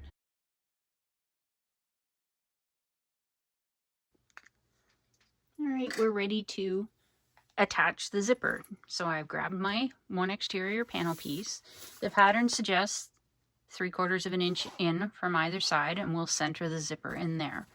I have marked the 3/4 of an inches from either side so we can see where it is, but I prefer to do this a different way. I like to find the center of my zipper, and I use my thread zapper to, when its battery is working well, to melt in the edges. So basically, instead of snipping, you don't want to snip zipper tape. So instead of snipping, I am actually melting it. So I'm melting a little snip in it so that you can see. Okay, there's the one snip. There's the center on that side and the center on that side, so you can see. So I've already gone through.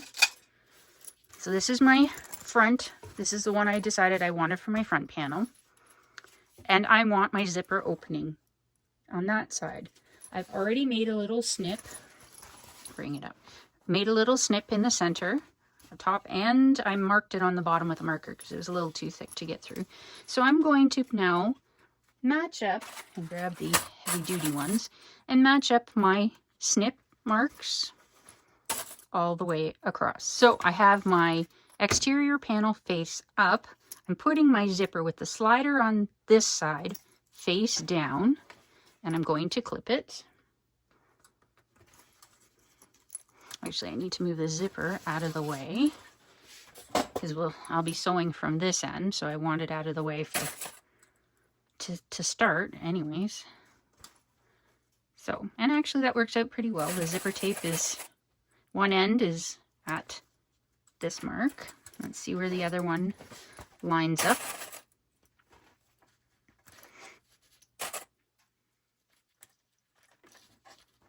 And the other one lines up pretty well. So it didn't really matter one way or the other. Sometimes I find marking it in doesn't end up working out to be the center. I don't know why, but it doesn't always work. I prefer doing finding my centers and adding it on like that. All right, so now I'm going to, I'm not adding any more double-sided tape right now. I'm clipping it. It says you can pin, clip, or use double-sided tape, and do not stretch it. So I'm trying not to stretch it. I'm going to base stitch this on first so it doesn't slide at all when I go to put the lining piece on. So using my longer 4.5 millimeter stitch length, I'm going to 1/8 of an inch from the edge stitch the zipper onto the front piece. Back stitch.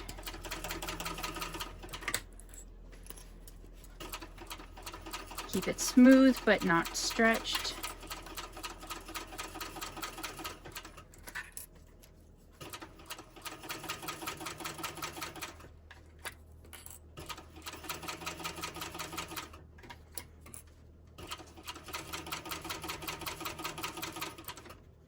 Now I'm going to move my zipper slider to the other end so I can finish this off.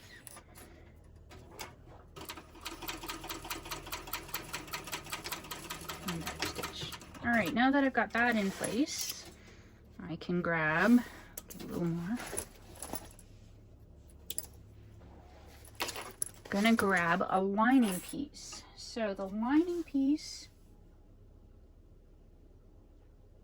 do I want zipper pocket? I think I want the slip pocket on this side. So this will be the one so this is the front of the bag. So it's usually going to be facing out.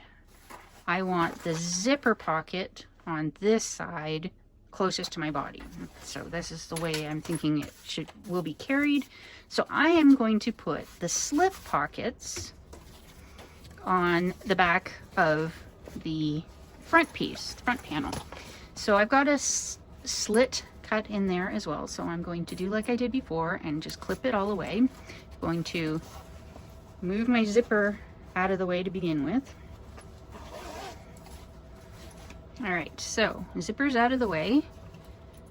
Just clip it all the way over and both sides.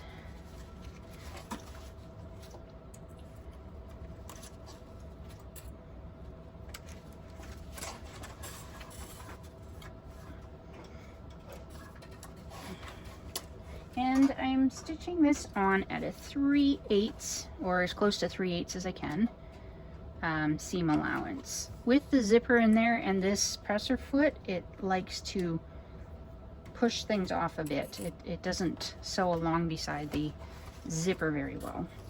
So it may slide itself over. But I'm going to try for the 3/8. Actually, I'm going to try for a quarter. It's usually closer to a quarter. So if you can follow the pattern, or do what works for your machine. For me, I need to be just slightly less than a quarter. Otherwise, I'll be pulling out the stitches and redoing it. And I don't really want to do that. As you can tell, I've already done that on this.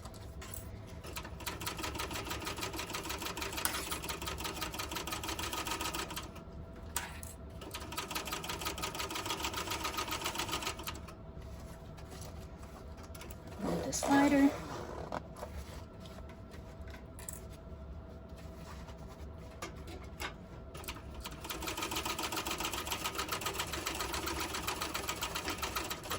And there we go.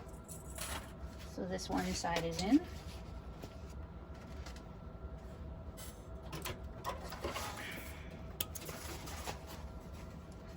So we're going to now open it up, and I want a top stitch here. So if you notice, I've got the front panel on this side. So I'm going to be stitching through the top panel and the seam allowance, but the lining panel is going this way because I don't want to include it, or it bunches up in the corners and makes it really look like a mess. So this is a nice way to top stitch and not have all the bulk at the sides, bulging seams. So I'm on my 4.5 top stitch.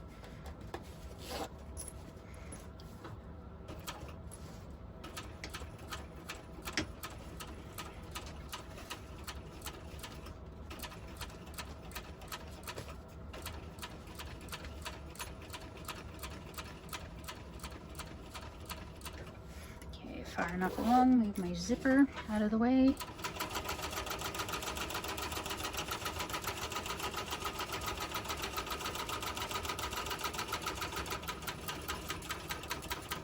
And there we go. All done. Now it's time to move on to the back and attach the back. And we'll be doing it exactly the same way. So I already have this side notched out.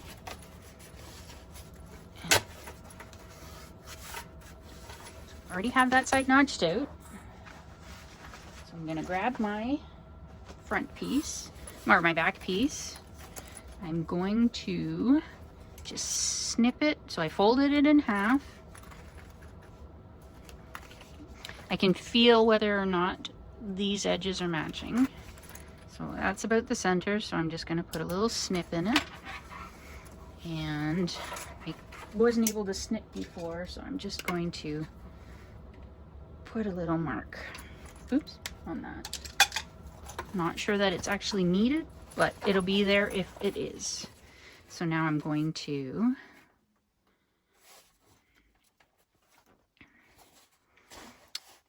I think I do it this way.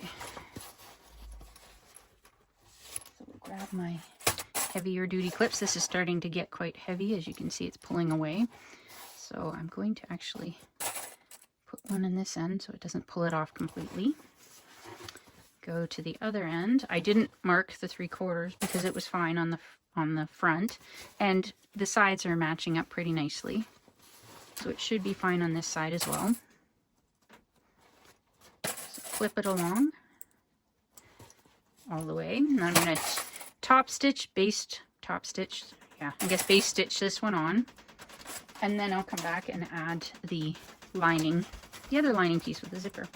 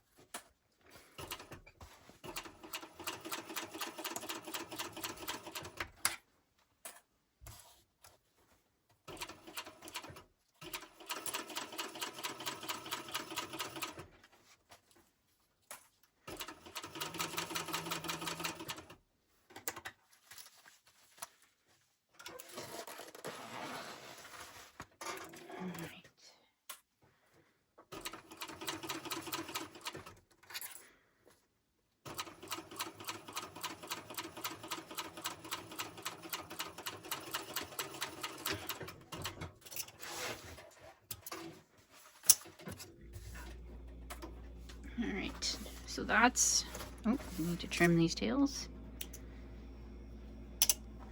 And the other lining piece. I've got my pocket open so I can turn it. So I'm going to match up the corners or the edges, and oh, it's already snipped. Is the bottom already snipped?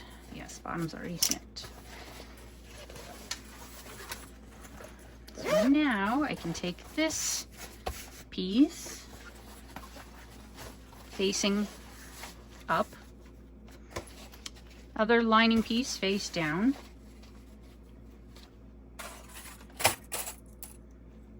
and start in the center and clip towards the outside.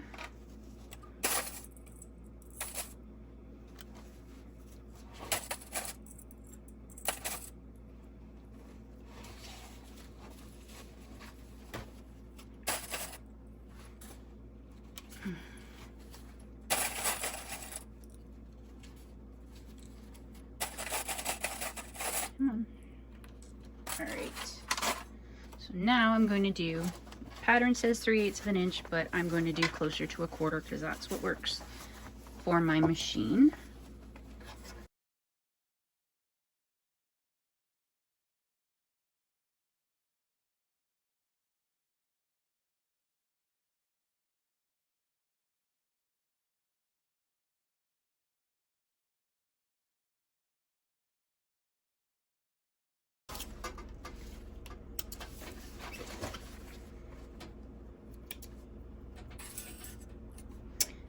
Now we're going to flip it open and we're going to top stitch. So again, I have the piece that I want to top stitch on going this way, and everything else, including the piece I just added, going the other way. We only want to top stitch through the exterior and the seam allowance. So top stitch 1/8 of an inch away from the edge.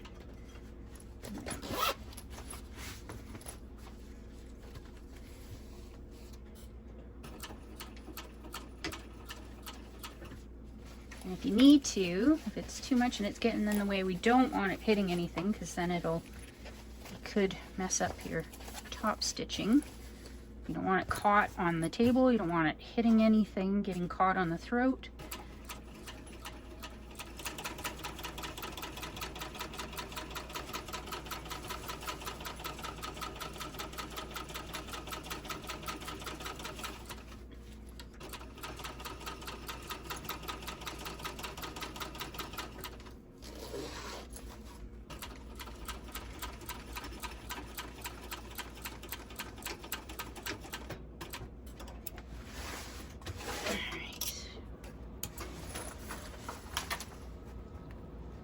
All done that part. It looks like the next part will be putting it all together. So coming up next.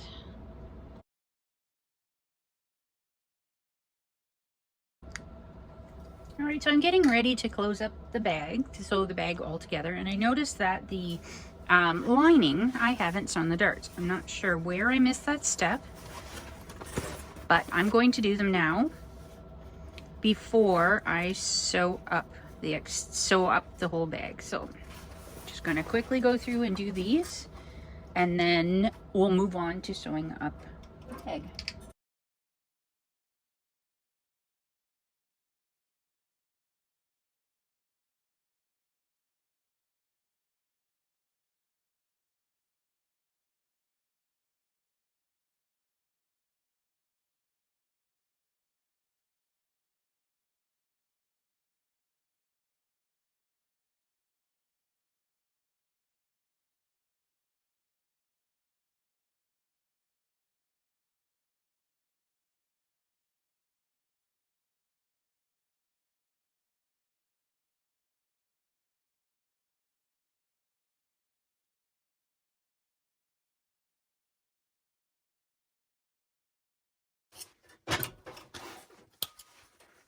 One problem with doing them now is that you've got all this heaviness, so it wants to pull it off the line. So, all right, so we're going to match up the tops and the bottoms, and we're gonna nest. Oh, just a sec.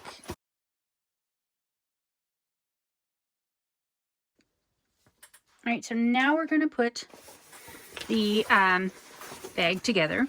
Want to make sure that the zipper is open. It doesn't need to be completely open, but we want to make sure it's open enough that we can get our hand in and move it down, or just keep it out of the way. So we want to, there's a few spots we want to line up.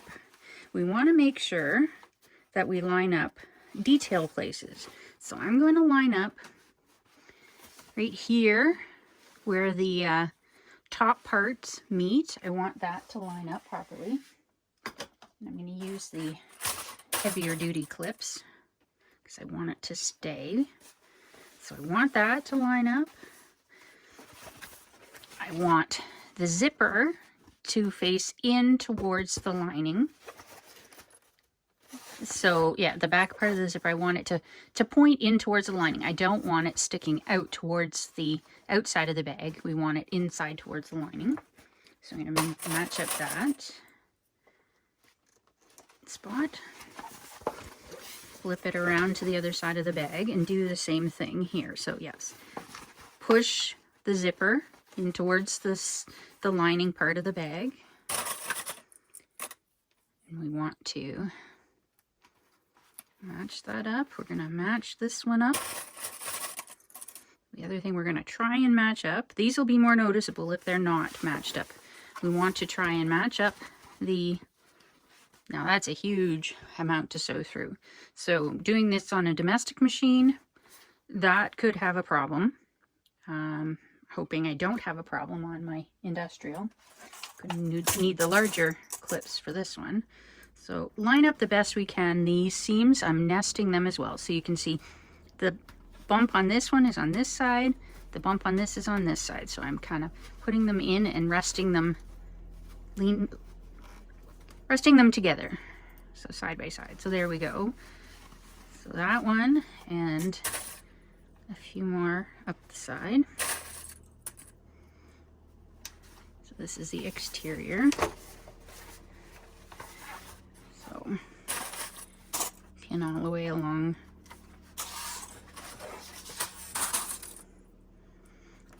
Bottom.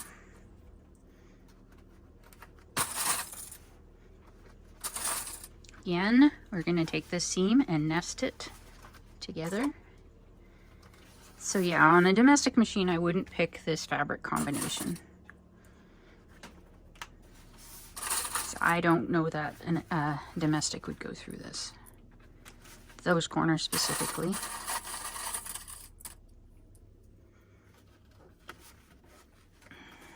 So we have a little bit of extra here. We just want to work it out evenly across this.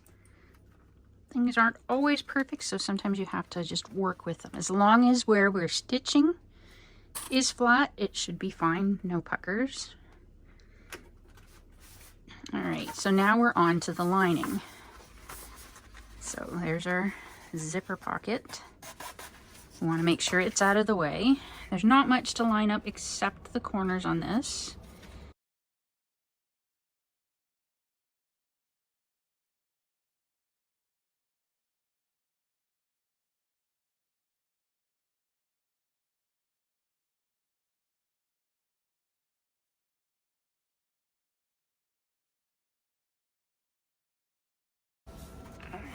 So we need to leave about 8 inches in here so that we can turn it. So I'm just going to leave about that much. I'm going to mark it. I'm actually going to use a pen, see if this will mark it. So I'm just using my table, the ruler on my table. So there's 8 inches there.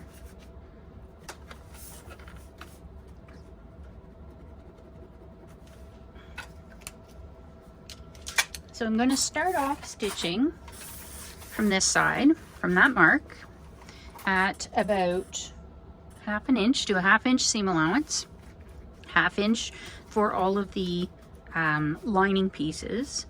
Start narrowing it down to about 3/8 of an inch. and then 3/8 of an inch all the way around. And then when we get back to here, gradually increase to a 1/2 inch all the way down to this mark. So we're going to go from this mark all the way around to this mark, changing it from a 1/2 inch on the lining to 3/8 of an inch on the body, or on the exterior.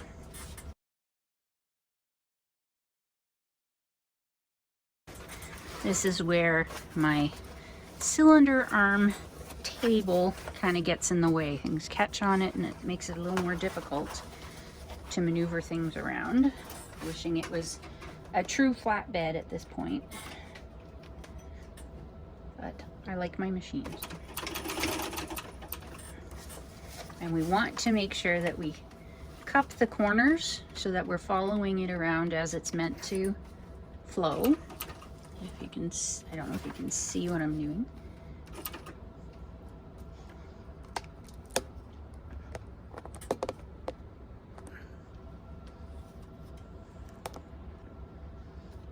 All right.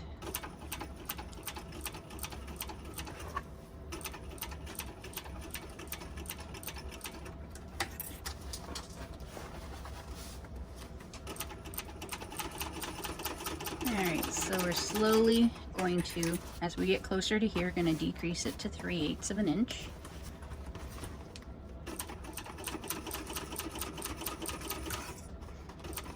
We want to make sure that when we go past the zipper that we are not catching, we don't want to catch the zipper tabs in the zipper, or in the seam. Want to avoid the zipper tabs, and I can feel it right there, so we've got lots of room to sneak on past. Help it over the hump.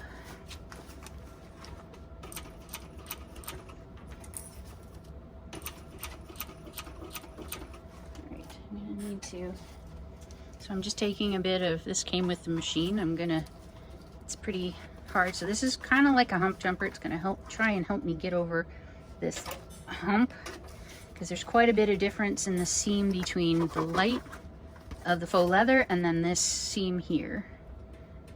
And so move it up a bit. There, made it.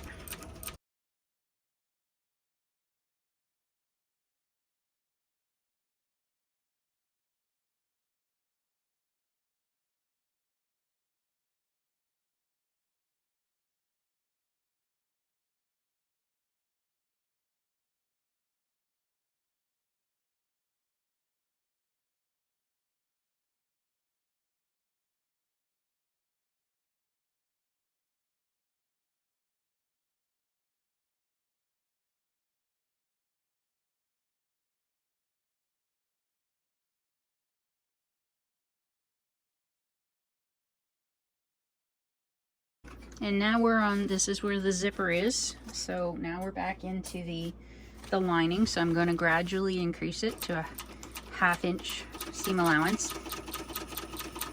By gradually increasing it, it makes the lining fit a lot better inside the bag.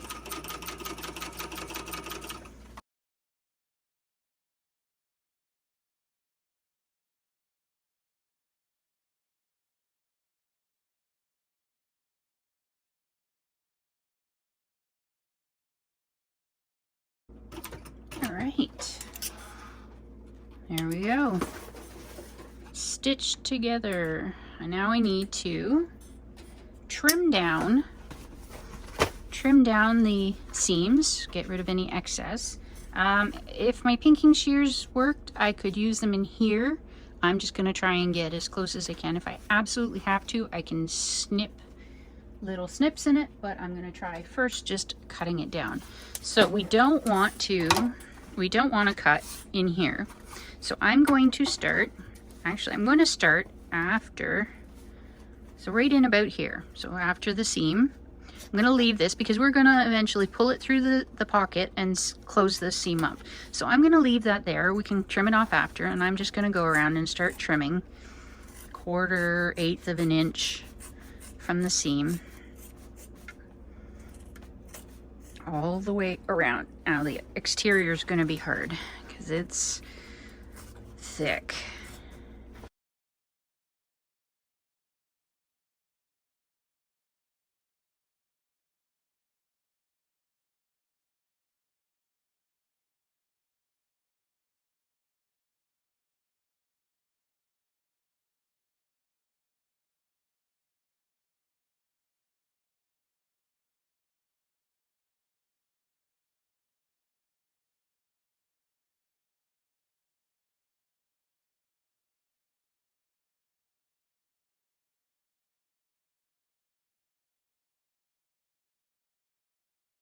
So just like the other side, I'm gonna stop right about here.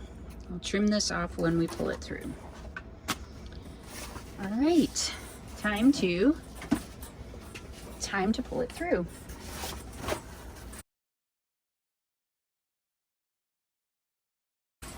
All right, so zipper's open as far as it's gonna go.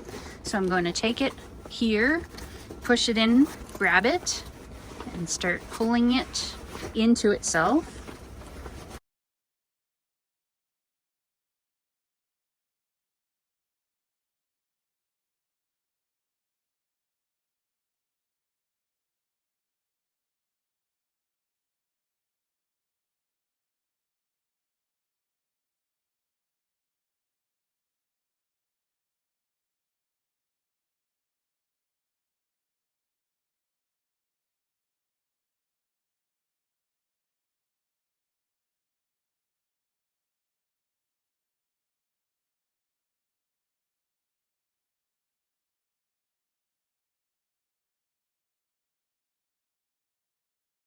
Alright, now we want to get the tab, pop this part out,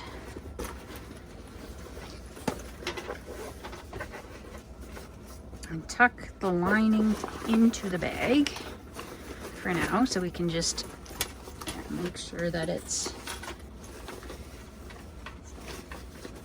Before we close it up, we want to make sure that everything looks right. It's easier to go in through the hole than it is through the pocket to fix something, or even have to open it all up again to fix something. Next, grab it and pinching behind it. Use to this one. Okay, I think it looks pretty good. I'm going to go in. And I'm going to, next step is going to be closing up the lining and then closing up the zipper pocket.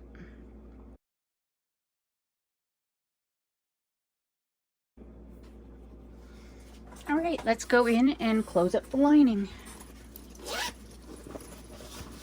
So, open the bag. I'm going to open the zipper pocket because we're gonna pull the zipper pocket out, get it all the way out. Now we're gonna reach in and try and find the lining. There's the lining. There's the hole that we pulled it through. And there's our marks that we used, went from this. So we need to close up from this side to this side. So I'm just gonna run it through, 1/2 inch seam allowance.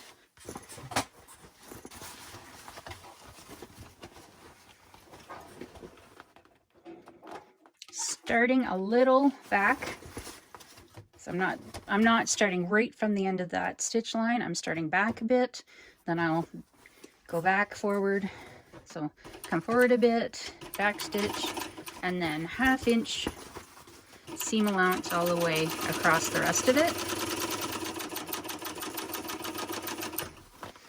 All the way, and I'm gonna go continue on past where I stopped before, back stitch, and then stop.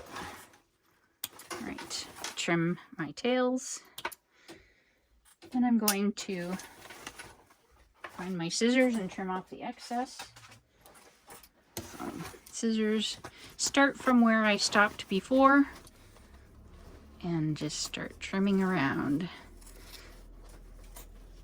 Taking out the bulk in the seams like this helps the lining sit better inside the bag.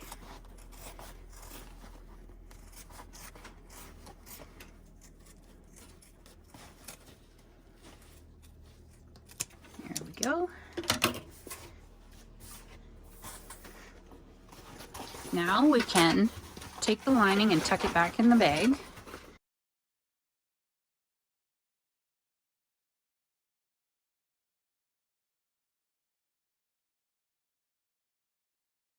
All right, it's not bad. Needs a good press.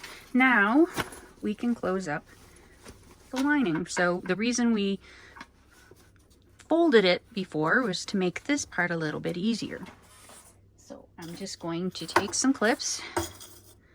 It's a little wide to just hold it and try and close it. So I'm going to clip it to make sure that I've got it nice all the way across.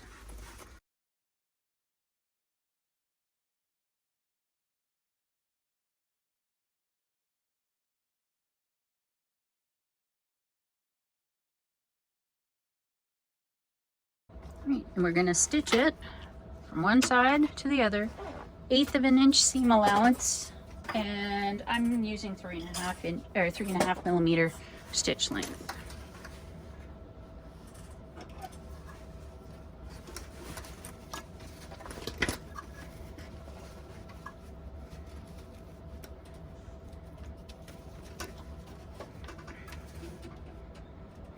Because there's a lump on the end, I'm going to start in a bit, take a stitch or two, back stitch all the way, and then come forward.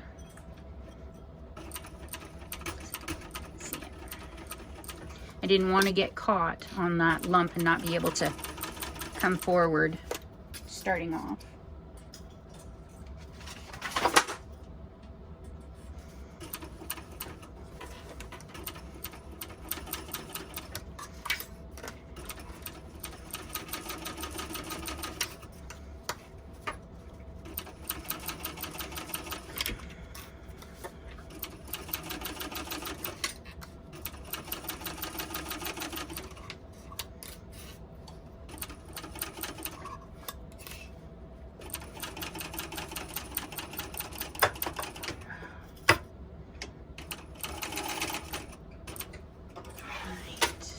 Trim off my tails.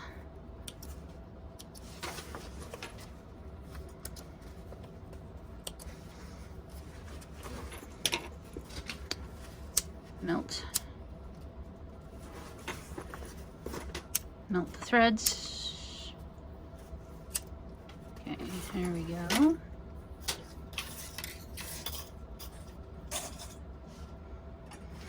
Now I'm going to tuck the pocket back in.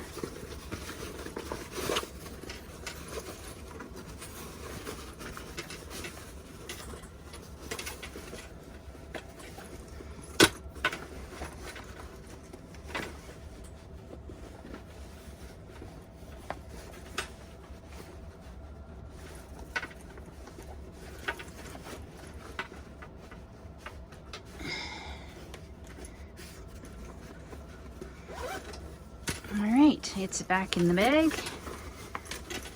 Tuck in the corners to make sure everything's nice and even, and this part is all done.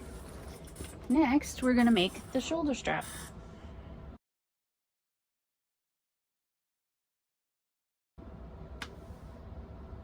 Alright, I'm going to attempt to do the strap a little different than the instructions. The front picture showed a real shoulder strap, and the instructions called for more of a cross body. I wanted a real shoulder strap, so I'm gonna try something and see if it works. So I've cut 44 by 2 inches because I want a 1-inch strap. 44 is a little long for a shoulder strap. You'll see what I'm doing shortly. So I'm going to take the tape off. I'm going to start on one end. This is another situation where a flatbed would be ideal. So I'm going to, not all the way to the end, I'm going to fold this up to that middle line. So I've already drawn the line and put tape on. So now I'm going to fold it in half up to the line. Just bring it around so I can actually see the line. We don't really, this stuff, as I mentioned before, stretches, so we don't really want to pull it. Just want it folded over and lay it down and then stick.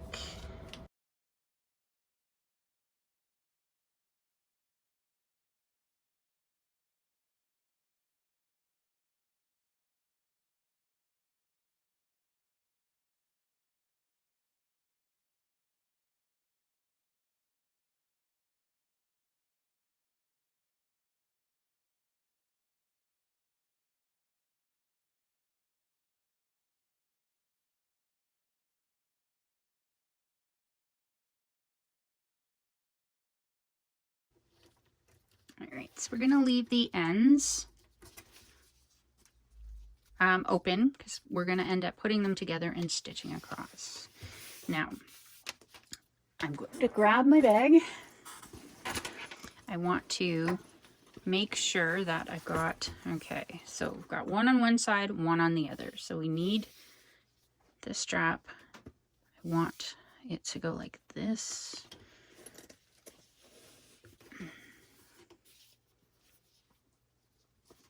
And this. So we've got the strap like this. So I went in from the outside of this and over. So outside and in. I'm going to match up these ends. So like I said, I have to unstick it a bit, but I want to match them all the way across.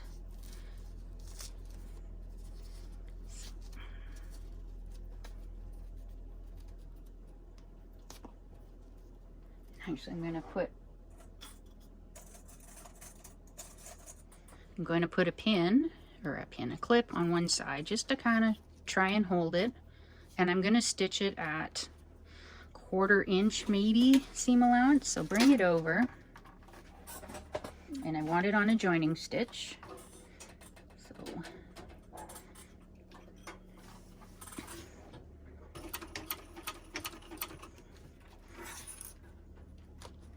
got to be careful with this tape that it doesn't stick to the bed of your machine, or like mine sticking.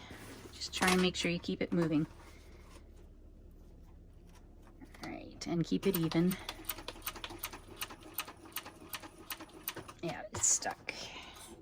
There we go.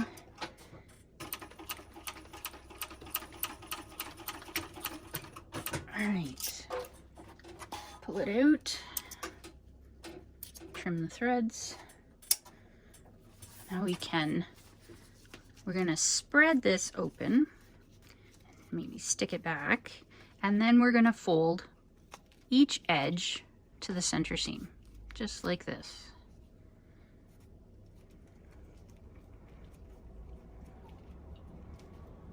All the way. There we go. So it's stuck. So the next thing I want to do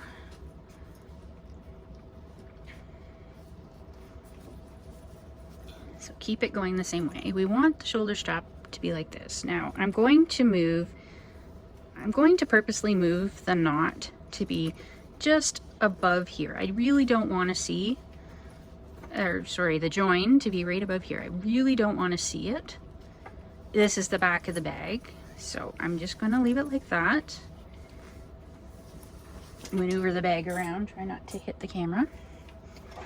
So what I want to do now is I want to join these two straps and make them into one. So I am going to measure, let's see, I'm going to measure, I think I'll start right around there. So I've got it hidden, so the join is there.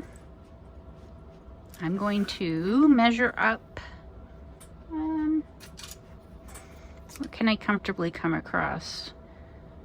I'm going to say 3/4 of an inch. So I'm going to measure up 3/4 of an inch and use my Choco pen.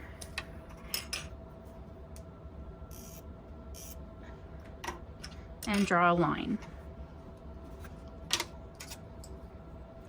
Put the clip back. And I'm going to go make sure this is all nice and neat. And I'm going to go to the other side. Measure up about 3/4 of an inch again and mark. Is that about 3/4? Yeah. Another line with my Choco pen.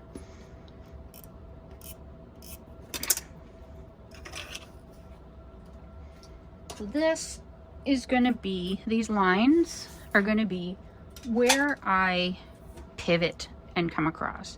I don't want to get too close to here. I can always put a rivet in, but I want to be approximately there. So I'm going to put another clip in, and I'm going to start from the other side.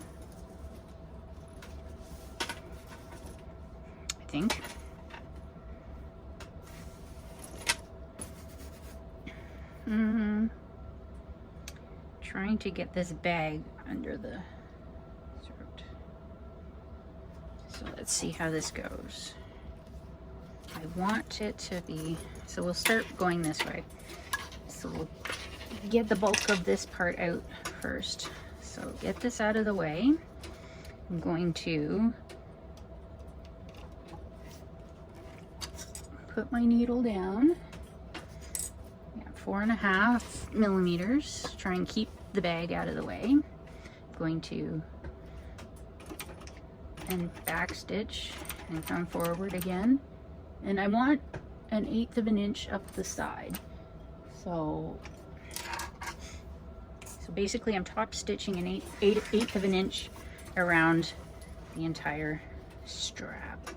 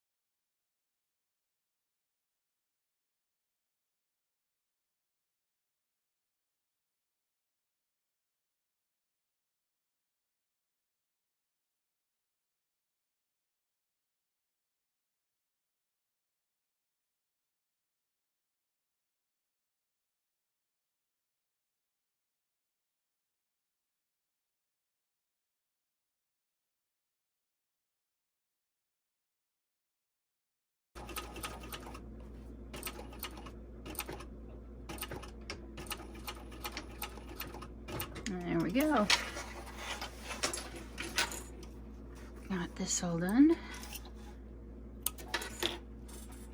So I'm gonna trim off I will trim off the tails and clean up the threads, and then use the lighter to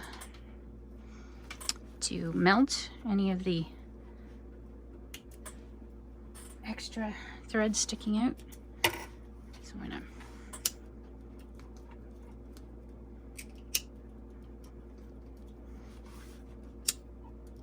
all right, so we have a handle. Oops, sorry. So now I am going to put a rivet in above this to keep it from, I don't know if you noticed when I was stitching it, this twists. So I'm thinking at least it'll keep it fairly stable if I put in a rivet on either side. So, yep, going to do that now. I will do that and the bag will be finished. I'm not going to actually show that part. I've shown how to do rivets in other places, so I'll just leave it at that. So the bag, here's the bag with the handle all done. Nice Valentine's colors, 2 pockets on either side. Nice zip pocket with an overlay, and then some nice slip pockets. It needs a good press, but there we go. That is the Swash shoulder bag by Needle and Anchor Supply Company. Thank you for watching.